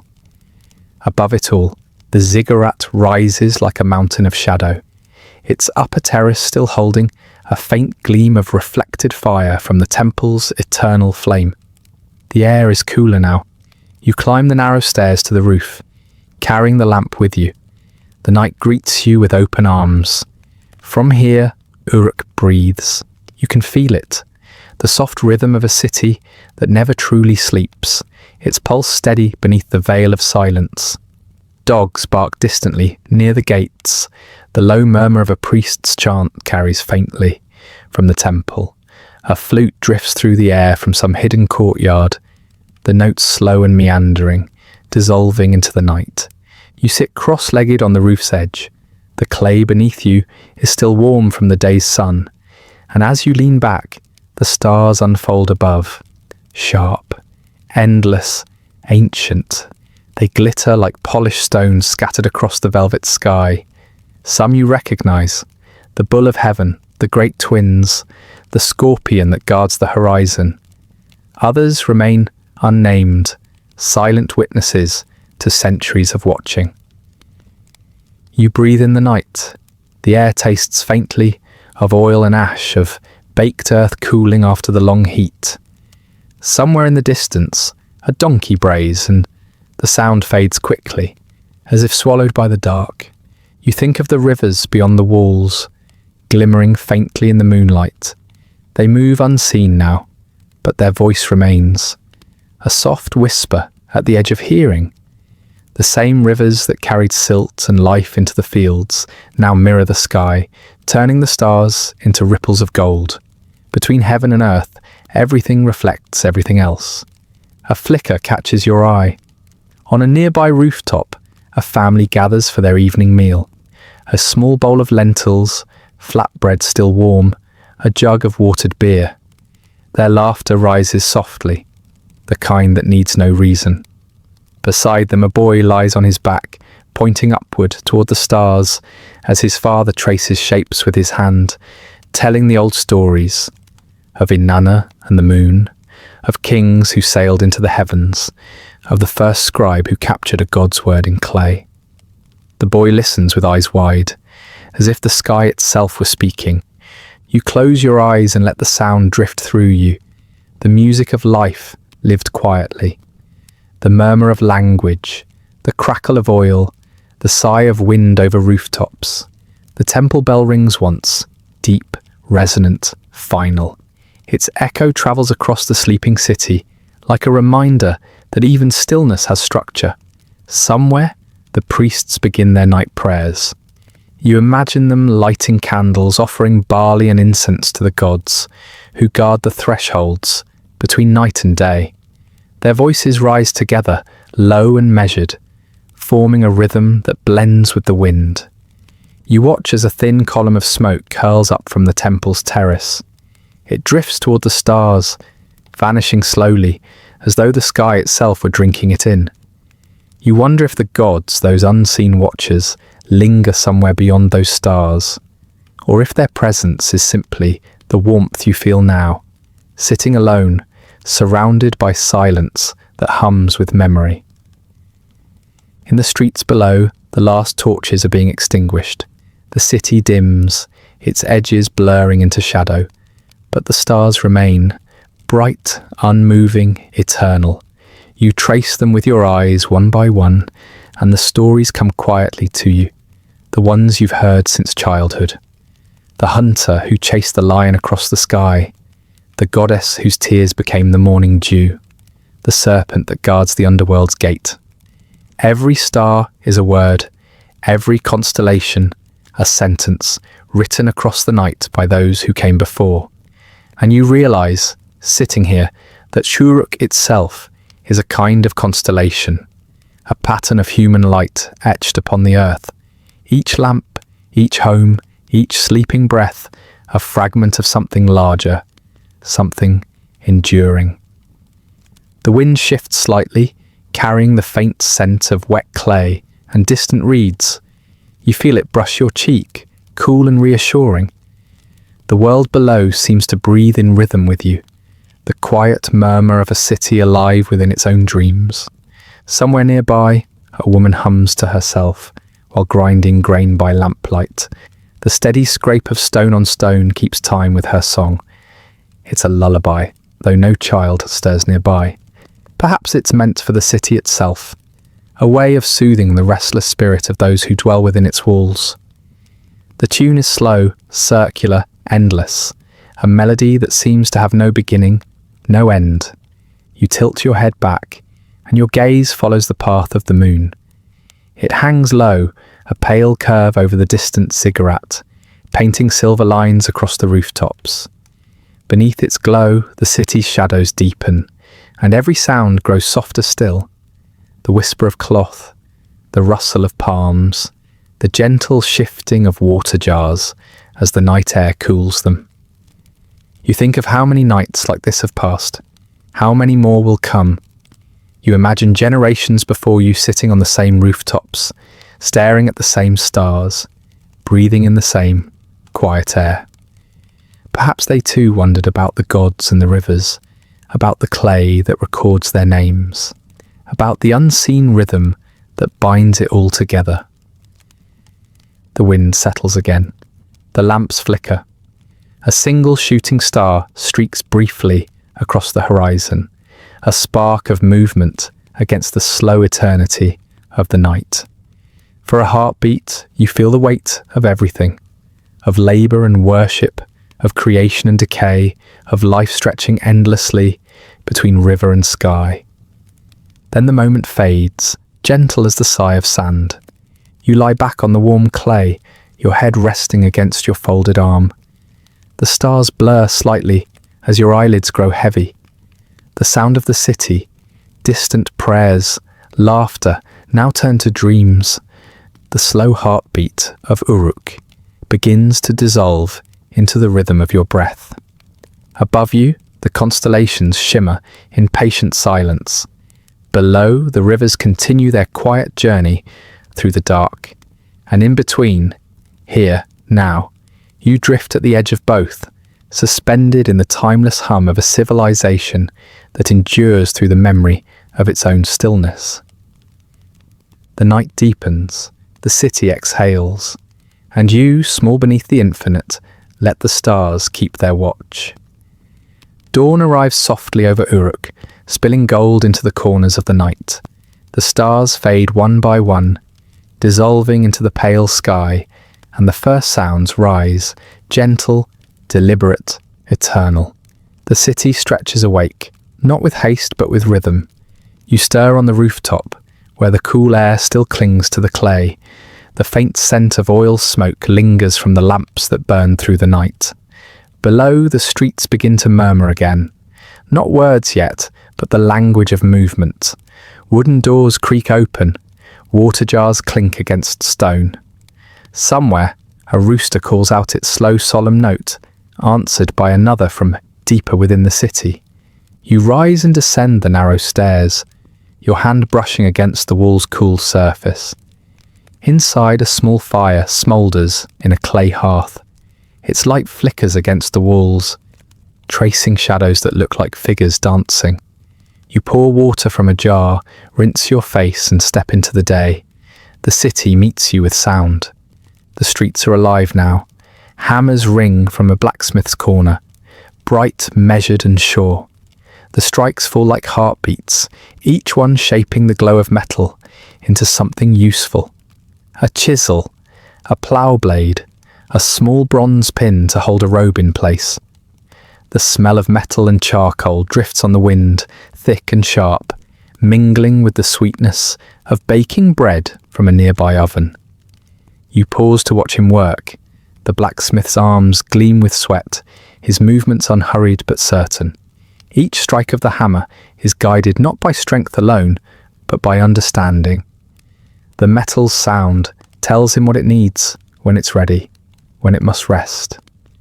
Behind him, a boy turns the bellows with steady rhythm, his face lit orange by the forge. Together, they move like parts of the same song, each gesture answering the other in time. You walk on, following the music of the streets. A weaver's shuttle clicks in the open courtyard of a small home. The loom's wooden frame creaks with each pass of the thread. A woman sits cross-legged before it, her fingers guiding strands of wool dyed in soft earth tones, ochre, ash, and deep blue. Around her, bundles of yarn lie coiled like sleeping snakes. The pattern she weaves is simple, geometric, repeating endlessly. Yet each movement carries meaning, each thread a quiet offering to beauty and endurance. The cloth ripples as the breeze touches it. The sound is soft, barely more than a whisper, but it carries the rhythm of care, the rhythm that builds the invisible bones of civilization. Across the lane, a millstone turns, pushed by slow, deliberate hands. Two women kneel beside it, their motion steady as the rising sun. The grain releases a low, dry sigh as it's crushed. The faint murmur of life transformed into sustenance. One woman hums while she works, her song low and circular, weaving through the scrape of stone. It's not a melody meant for others. It's meant to keep the body in pace with the task, to measure the day by motion rather than time. The hum joins the ring of hammers, the clatter of looms, the clink of jars being carried to the well, all folding into one great rhythm, one slow breath shared by thousands of hands. The city itself seems to move with it, walls and streets alive with the pulse of human labour. You drift through it, through the murmuring arteries of Uruk. The sun lifts higher, warming the clay beneath your feet. Dust glimmers in the air, turning light into something tangible. At the edge of the market, potters arrange rows of vessels, some tall and narrow for water, others wide-bellied for grain or beer. The clay still holds the memory of touch, the subtle imprint of fingers that shaped it. As the potters speak, their words are swallowed by the rhythm of their work, the faint turning of the wheel, the soft slap of clay being coaxed into form. Every sound carries a kind of devotion, a language older than words. A baker passes by, balancing a tray of bread, still warm from the oven. The crust crackles faintly as he walks, releasing the scent of barley and fire. He whistles to himself, a tune without melody, only the rise and fall of contentment. Children follow him for a few steps, laughing quietly before running off again, their bare feet stirring little clouds of dust that glitter in the sunlight. Further along, near the wall where the shade lingers, a group of stonecutters works in quiet focus. Their chisels tap rhythmically, each blow small and exact. Chips of limestone scatter like pale petals, catching the light before falling. The air smells of mineral dust and sweat, and you can hear the faint scrape of wet stones sharpening the tools between breaths. These men carve not beauty, but structure. The corners of temples, the thresholds of homes, the bones of permanence. You watch one of them pause, wipe his forehead, and study the angle of his cut. His expression is calm, not pride, not frustration, only attention.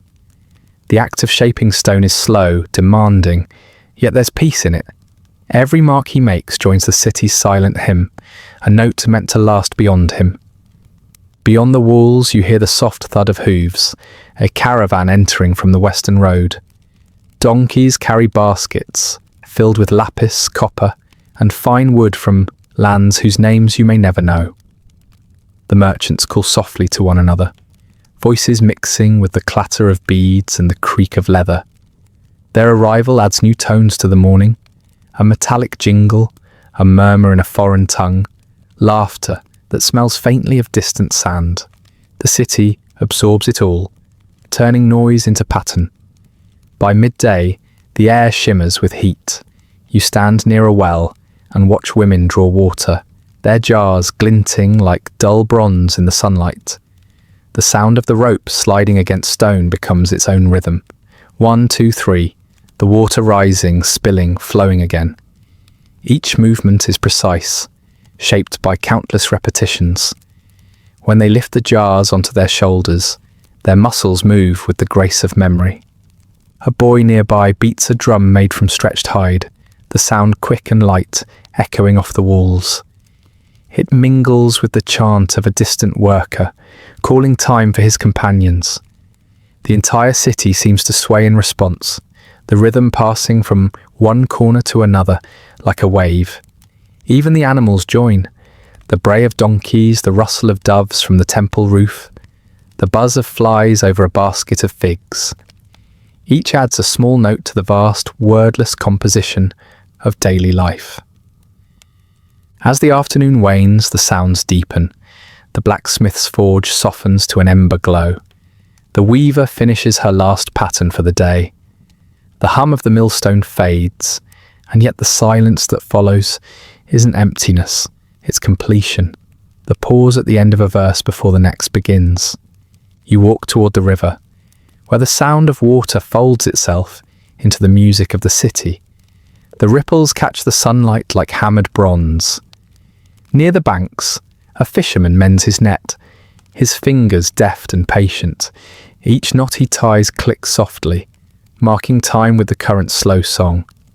You sit beside him and close your eyes. The city's noise becomes distant now, faint, layered, like a dream remembered through mist. You can still hear it if you listen, the ring of metal, the hum of looms, the breath of labour turned into life. In this rhythm, you sense the pulse of something eternal, the slow, deliberate creation of meaning from motion. The people of Uruk do not labour for glory. They work because the world requires their hands, and their hands have learned the world's song. The fisherman tests his repaired net, nods once, and throws it gently into the water. The splash folds perfectly into the rhythm of the river. You watch the ripples spread, touching the banks, touching the reeds, disappearing into distance. Above, the light softens to gold again. The first shadows of evening return to the walls. You can feel the city slowing, preparing to rest, but its music lingers, faint, steady, and endless. As you rise, a breeze passes over the water, carrying the scent of clay and grain, of work and fire, and quiet endurance. You breathe it in, and for a moment, the entire city seems to breathe with you.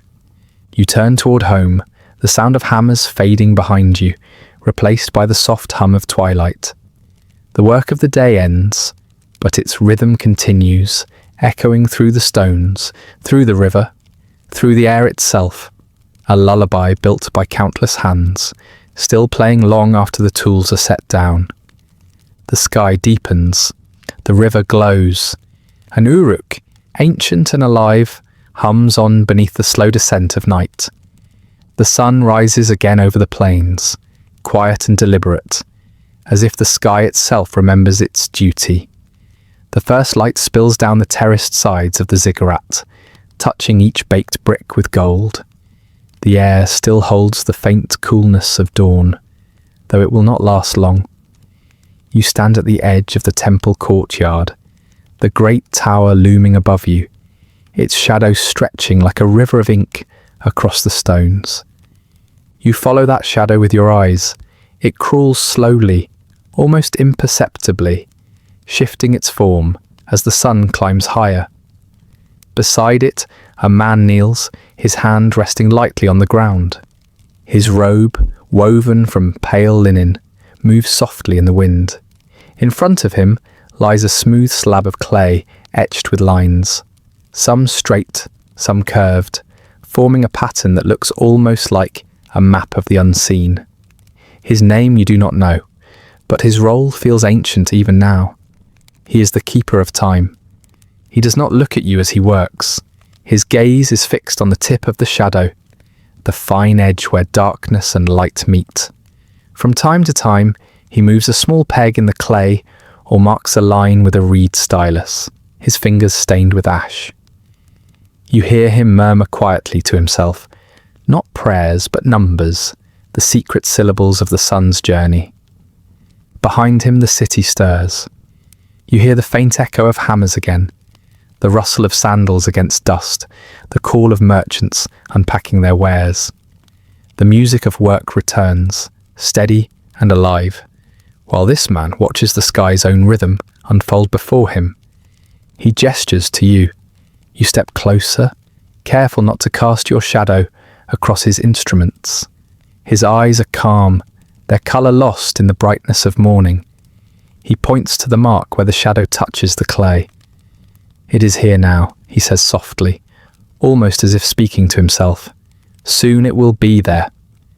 He points further, to a small notch near the slab's edge. When it reaches this point, the first offering begins. You realise he's not simply measuring time, he's giving it form. Each movement of the shadow is a sign, the beginning of prayer, the moment to light the incense, the hour to rest, the time for labour. Time itself bends beneath the observation of his hand. Around you, the ziggurat breathes. Its steps rise high into the pale sky, layer upon layer, like a mountain carved by men instead of gods. The bricks bear thumbprints, pressed thousands of times, the impressions of countless labourers who stacked and sealed and shaped until this place reached heaven. On the topmost platform, unseen from where you stand, a priest will soon greet the sun with offerings of bread and beer, whispering ancient syllables that tether day to night. You feel the hum of something vast, not the sound of labour or trade, but the quiet awareness that this city, this civilization, has learned to listen to the sky. The keeper of time adjusts the peg again. "The sun speaks," he murmurs, tracing a faint line. "If we listen carefully, we learn the will of the heavens." He dips his stylus into the soft clay and continues marking the hours, his movement slow but precise. Each symbol becomes a fragment of the world's order. You watch the shadow creep, watch the sun's arc mirror his gestures. There's no clock here, no chime or bell. Only the silence between marks, the whisper of wind across the stone. And yet, within this stillness, you sense the heartbeat of something greater. The priest's simple act of tracing the shadow becomes a kind of spell, the transformation of chaos into pattern, of passing moments into structure. He wipes the sweat from his brow and glances toward the horizon. "When the stars speak," he says quietly, "we answer. When they vanish, we remember." You follow his gaze. Far beyond the city walls, the desert blurs into heat and silence. The sky there is endless, its blue already beginning to shimmer. In that distance lies uncertainty, the unmeasured, the wild. But here, under the shadow of the ziggurat, the world has edges, hours, beginnings, and ends. A faint sound rises from within the temple, a low chant, voices moving together in harmony. The air trembles with it, thick with incense that smells of cedar and crushed resin. You watch the smoke twist upward, in thin ribbons, rising toward the sun's path, dissolving as it climbs. The priest's eyes close briefly, his lips moving in time with the chant. Then he returns to his work. Every line, he says, tapping the clay, is a promise that tomorrow will come, that the sun will return. He glances at you, a faint smile ghosting across his face.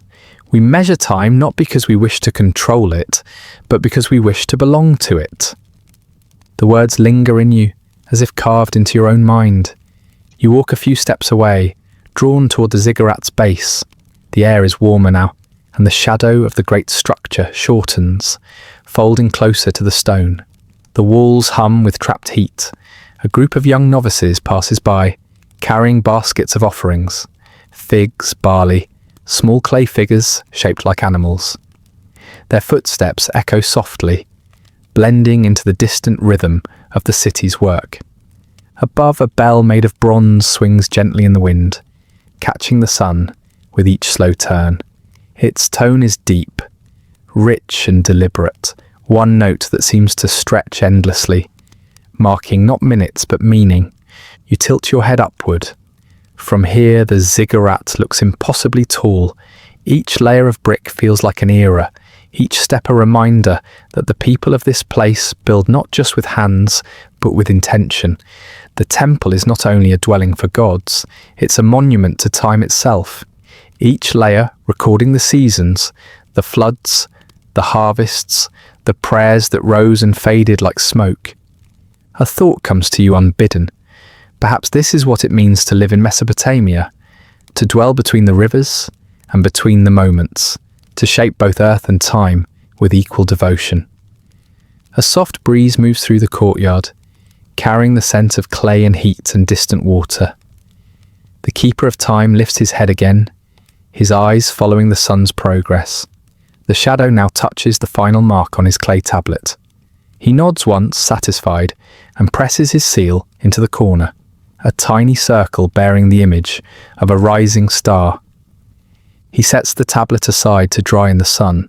Tomorrow, he will begin again, marking the day's rhythm from the same place, the same light, the same silence. You look down at the tablet. The lines seem simple, yet you can feel the weight of their meaning. The first whisper of calendars, of schedules, of futures that can be counted. These symbols are the birth of something both ordinary and divine, the measure of existence itself. The keeper gathers his tools, placing them in a small basket. The gods gave us the sun, he says, not looking at you, but we learned to listen. He walks toward the inner court, his robe brushing lightly against the stone.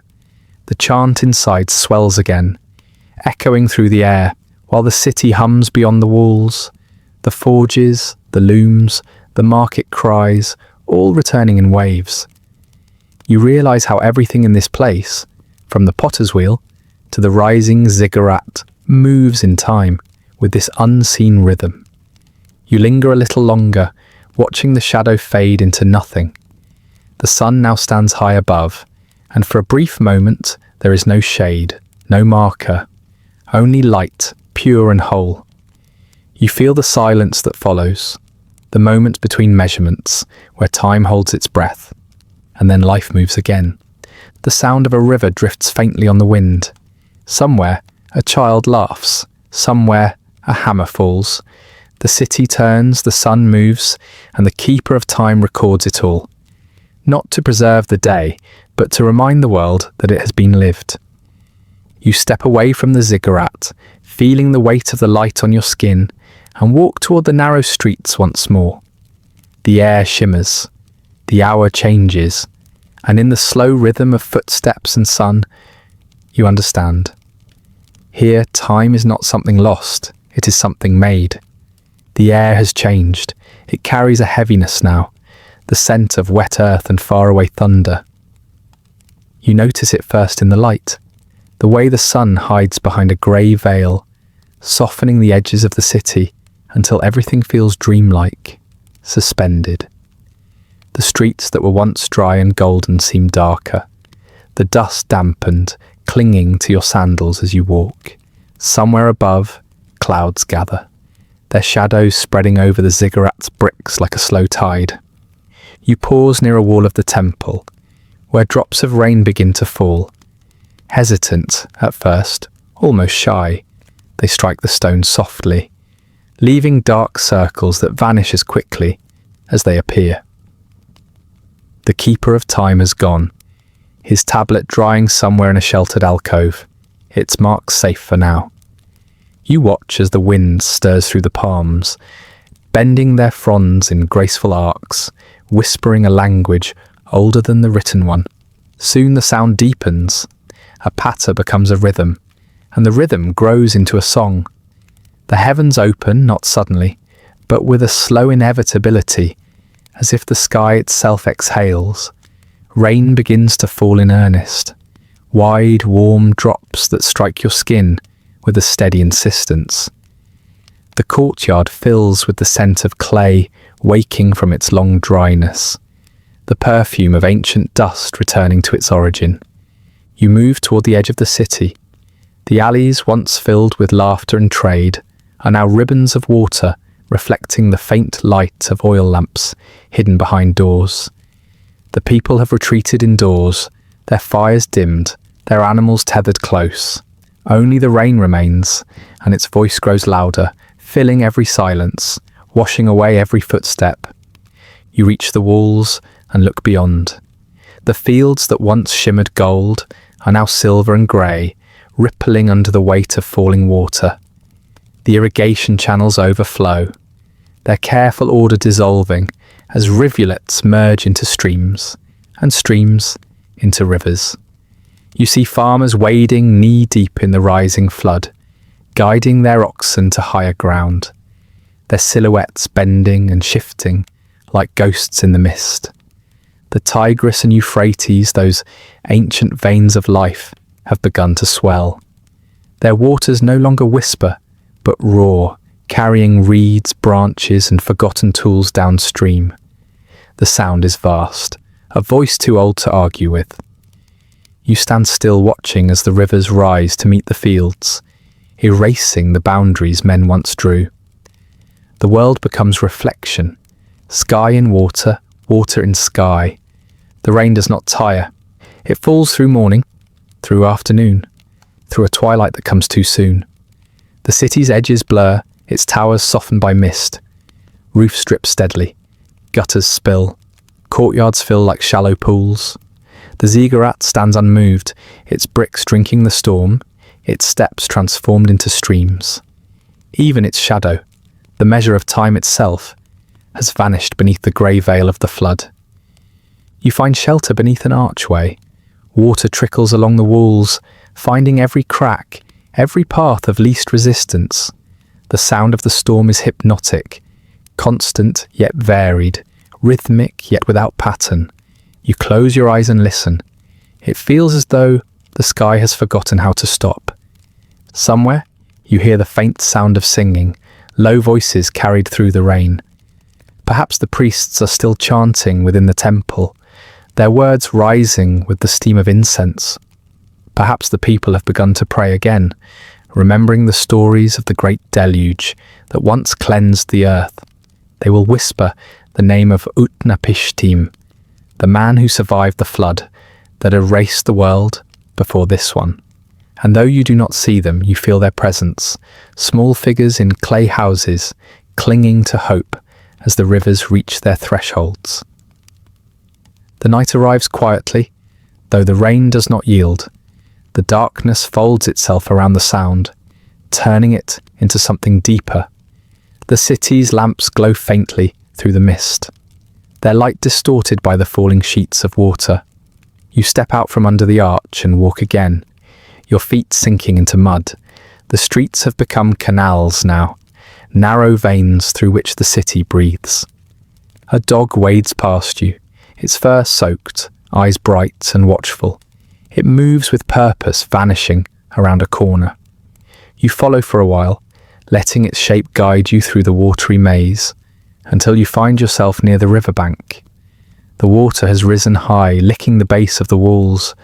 You watch it move, relentless, powerful, carrying within it both destruction and renewal. You think of the farmers whose fields now lie beneath the flood, their crops gone, their furrows erased, but you also think of the silt, rich and dark. That will remain when the waters recede, feeding the next harvest, the next season, the next life. In Mesopotamia, even ruin carries promise. The people have always known this, that every flood is both an ending and a beginning. You lift your hand and let the rain fall into your palm. The droplets are warm now, almost comforting. You can taste the mineral tang of the rivers, the breath of faraway mountains from which this water was born. You can feel deep within the air the slow pulse of the earth drinking its fill. The wind shifts, the rain begins to lessen, its fury softening into a mist. The rivers still swell, but their anger has quieted. Their roar turned to a murmur. You stand in the grey dawn that follows, the world drenched, gleaming still. Silence descends. It comes gradually, like the last note of a long song fading into memory. You walk through the city again, though it feels changed, washed clean of its dust and noise, its markets and cries. The streets gleam like polished obsidian, reflecting the pale light of morning. Pots and baskets float gently in the shallows, nudged by invisible hands.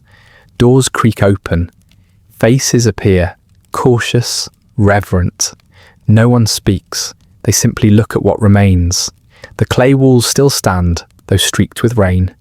The ziggurat rises once more, glistening in the light, its bricks steaming as they dry. The city exhales. You wade through the courtyard, where puddles mirror the sky. The keeper of time stands nearby, holding a new tablet of wet clay, his last one likely carried away by the flood. He looks at you, then at the sun emerging from behind the clouds. The shadow has returned, faint but visible. He kneels and begins again, pressing the stylus into the soft surface. The cycle continues. You move past him toward the edge of the city, where the fields once stretched in endless rows. Now they are lakes, shining and calm. In the distance, a heron stands motionless, its reflection trembling in the shallows. The sky above is a perfect mirror of the earth below, both vast, both alive. A woman kneels nearby, scooping water from a hollowed bowl. Her movements are slow, deliberate, like a ritual.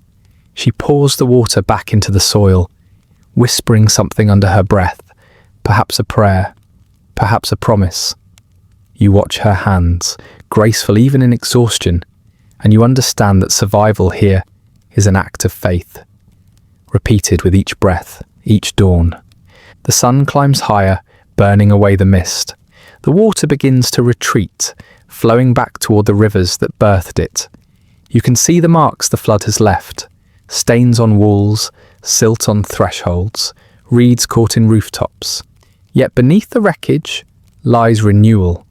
The silence that follows is not emptiness, it is fullness, the sound of the world resting, breathing, beginning again. You listen to it as one might listen to a story told by the earth itself. And as you walk, the light deepens. The city, though quiet, begins to stir once more. Somewhere, a loom begins to hum. Somewhere, a child splashes in a puddle laughing.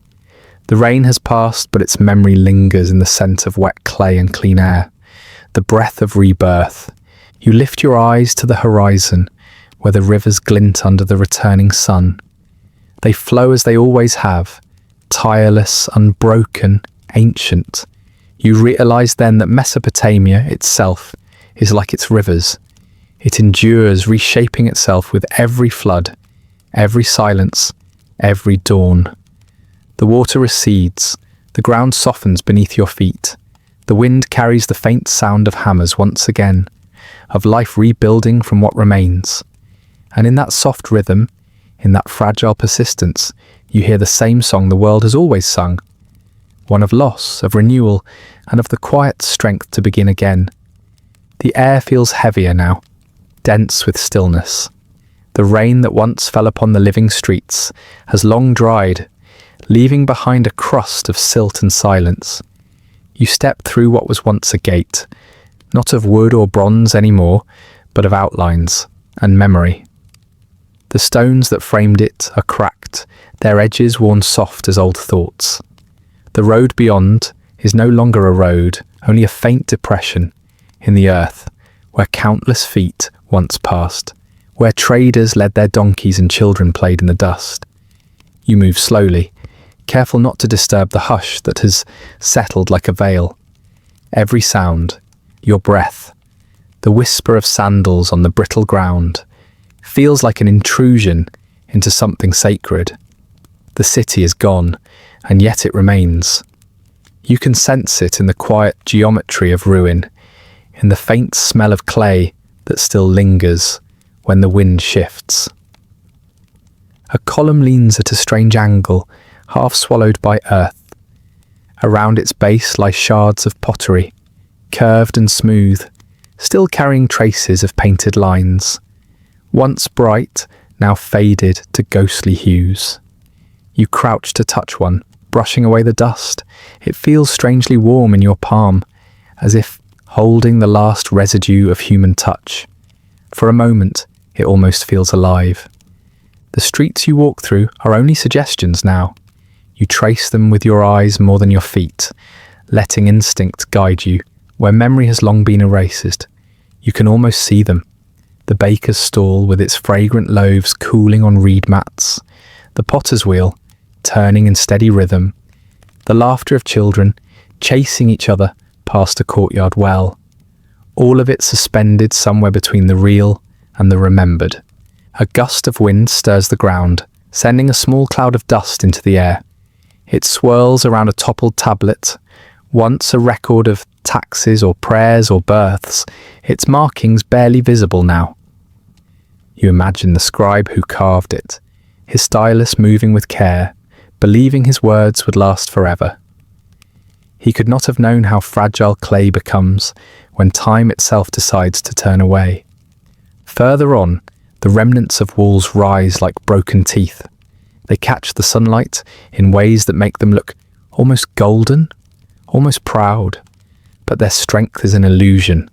Touch them, and they crumble into fine powder. You feel it between your fingers, this ancient dust, soft, silent, absolute.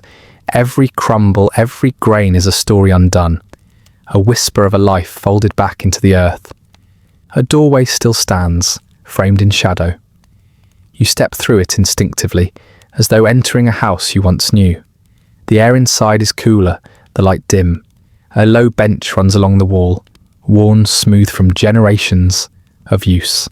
Someone once sat here, perhaps a mother shaping dough, a father mending a tool, a child listening to the murmur of rain. You cannot see them, yet you feel their weight in the air, the faint vibration of their absence. The silence here is not empty. It hums softly, like a note sustained across centuries, the kind of silence that carries memory rather than erases it. You find yourself listening for something. Not voices, not music, but the subtle rhythm of time breathing. Outside, the wind rises again, pulling through the ruins like a sigh. The sound of it drifts over the hollow streets, through the skeletons of doorways and broken stairways. It sounds almost like language, like the city is still speaking, even if the words are no longer clear. You climb what remains of a ziggurat's base. Only a few steps remain, carved from crumbling brick. The view from here is not of grandeur anymore, but of transience.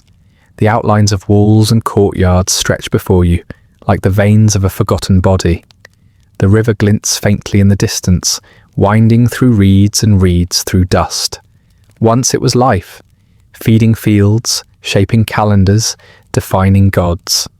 Now it only reflects the passing clouds. For a moment, you close your eyes. The city comes alive again behind your eyelids. The market hums, the temple bells ring, the potters call to each other across the lanes. The smell of barley bread and wet clay fills the air. The ziggurat gleams with colour, freshly painted, its steps crowded with worshippers. The sound of the lyre drifts on the wind. Time folds inward, and for a heartbeat, Uruk, or perhaps another name older still, breathes again. But the wind shifts, and the vision slips away. The silence returns, patient and unbroken. You open your eyes to the ruins once more. to what remains, and to what endures. For even as walls crumble and names fade, something still binds them all together. The human desire to leave a mark, to be remembered beyond the boundaries of breath. You think of the scribe's stylus pressing into clay, the potter's fingers coaxing form from mud, the priest measuring the length of a shadow to understand eternity.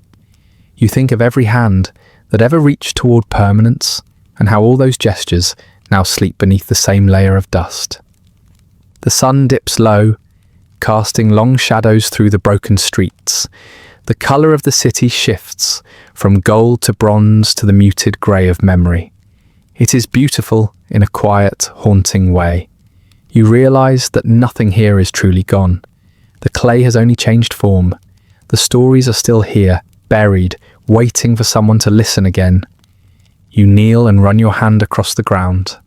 The dust clings to your skin, faintly warm from the day's light. In that dust lies everything: the breath of those who built, the sweat of those who worked, the tears of those who prayed. The city lives there still, not in its walls, but in the fine powder that drifts across your fingertips. As the last light fades, you rise, the air cools. A few stars begin to appear above the horizon, the same stars that once watched over the living city, now keeping vigil over its bones. The constellations have not forgotten. They remember even when the earth does not. You walk on until the ruins blur into the dark. Behind you, the wind carries a low murmur through the empty streets. The sound of dust shifting, settling, remembering. The city is quiet now, but its story continues in you, carried forward like a spark hidden in the folds of night. For this is what it means to live in the shadow of beginnings, to walk where the first cities rose and fell, to feel the pulse of what remains. The dust that clings to your hands is older than language, older than names. It does not mourn, it only remembers. And as the stars bloom brighter, you understand. Nothing in Mesopotamia ever truly ends. It only returns. To earth, to silence, to dust that waits patiently to be shaped again. The wind carries the faint scent of water long before you see it, a sweetness that cuts through the dust and memory of the vanished city. You follow the sound, soft at first, then growing steady, rhythmic, eternal. The land dips, the earth loosens, and there before you it lies once more. The rivers, twin veins of a forgotten world, gliding through the silence as though nothing has changed. You approach them slowly, as if greeting an old friend whose face time has half erased. The Tigris, restless and lean, glimmers in the low sun like molten bronze. The Euphrates beside it moves slower, wider, its surface heavy with reflection. Together they murmur the same language they have spoken since before the first brick was laid, before the first prayer rose into the dawn. You kneel at the edge and let your fingers sink into the coolness. The water is alive, shivering against your skin. Beneath its surface you sense the pulse of something ancient, the heartbeat of creation itself. It whispers through the reeds, through the slow bend of the current, through the soil that remembers every footstep and every flood. For a moment you close your eyes and listen. The rivers speak without words. They speak in the hush between ripples, in the flicker of sunlight scattered across their skin. You hear echoes there, the voices of farmers calling to each other across fields now long buried, the low chant of temple songs carried downwind, the rhythmic splash of oars from the boats that once ferried reeds, fish and hope. It is all still here, not gone, only quieter. You lie down on the riverbank, the earth cool and damp beneath you. The air hums faintly with insects, with the low murmur of water moving over stone. Above, the sky glows in that pale blue only found before evening fully arrives. It feels as if time has folded back upon itself, the centuries reduced to a single, lingering breath. The soil beside you is dark, fertile, fed by millennia of floods, by the patient generosity of the rivers. This was the cradle of life, where humanity first learned to coax sustenance from the earth, to measure the turning of seasons, to give meaning to time. Here, every furrow was a promise, every seed a quiet act of faith. You imagine the farmers of those early days, their backs bent, their hands roughened by labour, yet guided by purpose. You see the women carrying water in clay jars, their laughter mingling with the rush of the current. Children run along the levees, splashing their feet, chasing shadows of birds across the shining surface. The rivers saw them all, held them all, as they do you now. In the distance, the remnants of an old canal glint faintly under the fading light. Once it drew life from the great rivers, channeling their strength through the fields and orchards of men who believed they could shape the world to their rhythm. The ditches are dry now, filled with reeds and silence, but the pattern remains, the faint geometry of order imposed upon wilderness. It is the same pattern that lingers in you, in the way you breathe, in the quiet desire to find meaning in motion. The rivers do not rush. They move with patience.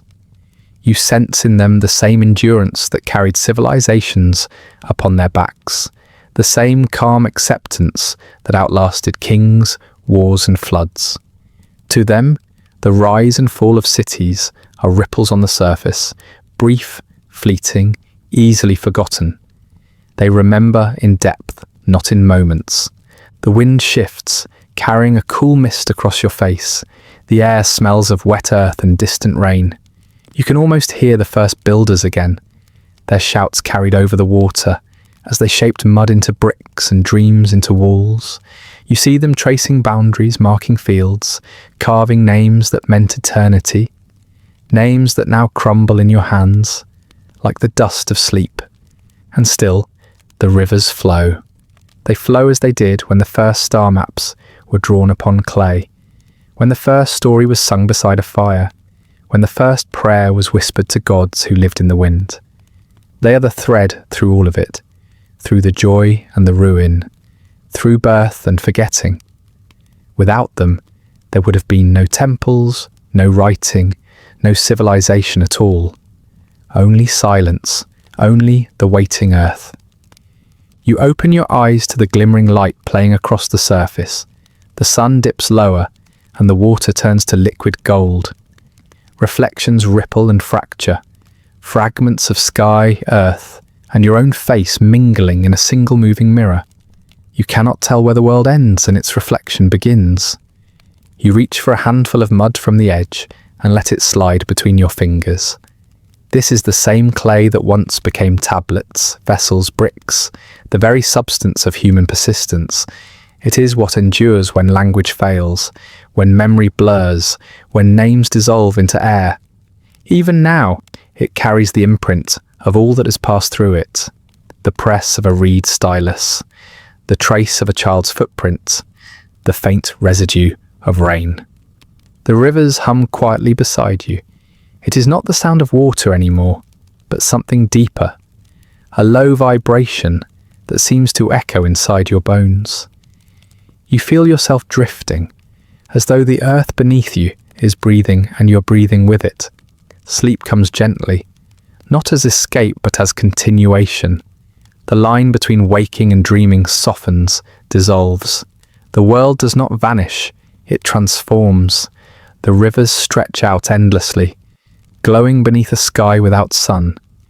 You see the land forming again, the first sprouts of barley pushing through the silt, the first hearth kindled, the first word carved into wet clay.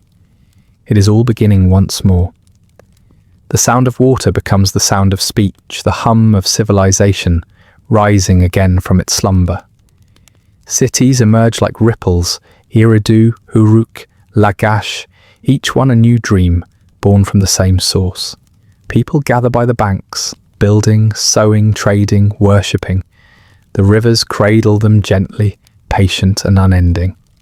You're both witness and participant, drifting between ages, watching the first lights rekindle in windows that no longer exist, hearing the same lullabies sung by mothers whose names are lost to time. You sense the weight of history not as burden, but as rhythm, as a pulse that has never ceased. Somewhere far downstream, the waters meet the sea, that vast expanse of forgetfulness, where all rivers end and all stories begin again. You can almost hear it calling, a deep, resonant hum that promises both ending and renewal. The rivers are moving toward it even now, carrying fragments of clay, traces of ash, whispers of memory. You exhale slowly, the sound merging with the quiet murmur of the current. The air feels cool against your skin. The stars above shimmer faintly in the deepening blue, their reflections trembling upon the surface. The world narrows to water and sky, to breath and silence. As the last light fades, you feel the dream folding around you, the dream that began in these very rivers, that flowed into the birth of cities and languages, that still runs through the veins of all who came after. Civilization began here, and in some quiet way, it never truly left. It only changed its shape, like water finding new paths through the soil. The current hums softly, carrying the night forward. You close your eyes, the scent of the river filling your lungs. The sound of flowing water becomes everything. Cradle, memory, heartbeat, song. And as sleep finally claims you, the world begins again. Not in fire nor in ruin, but in the steady whisper of rivers dreaming their way toward the sea. The wind over the plains has quieted now. The rivers that once carried voices and dreams move softly beneath the stars, their waters dark and endless. The fires of the city have burned low, leaving only the scent of clay, oil, and memory drifting through the night. Faint reminders of a people who shaped the world with their hands and their hope. Somewhere beyond the horizon, another dawn waits. And though the walls of Uruk have crumbled and the names of its builders are lost to dust, a part of them endures. Not in ruins or relics, but in every written word, every field sown, every quiet act of creation. Their light has faded, yes, but not gone. It has simply changed form, carried forward in the languages we speak, the cities we build, the dreams we chase along new rivers of time. Civilization still murmurs their name, soft as flowing water, steady as breath. And that brings us to the end of tonight's story. Feel free to like, subscribe, or leave a comment with another forgotten corner of history you'd like explored next. If you'd like early access to more of these quiet descents into the past, ad-free audio of the episodes, or just want to support the show, there's a link to the Patreon in the description. If you're listening on a podcast app, a rating or review helps more dreamers find their way to these stories. And special thanks to the supporters who make this show possible, including our chroniclers Andrew S. and Rich Davis. Sleep well.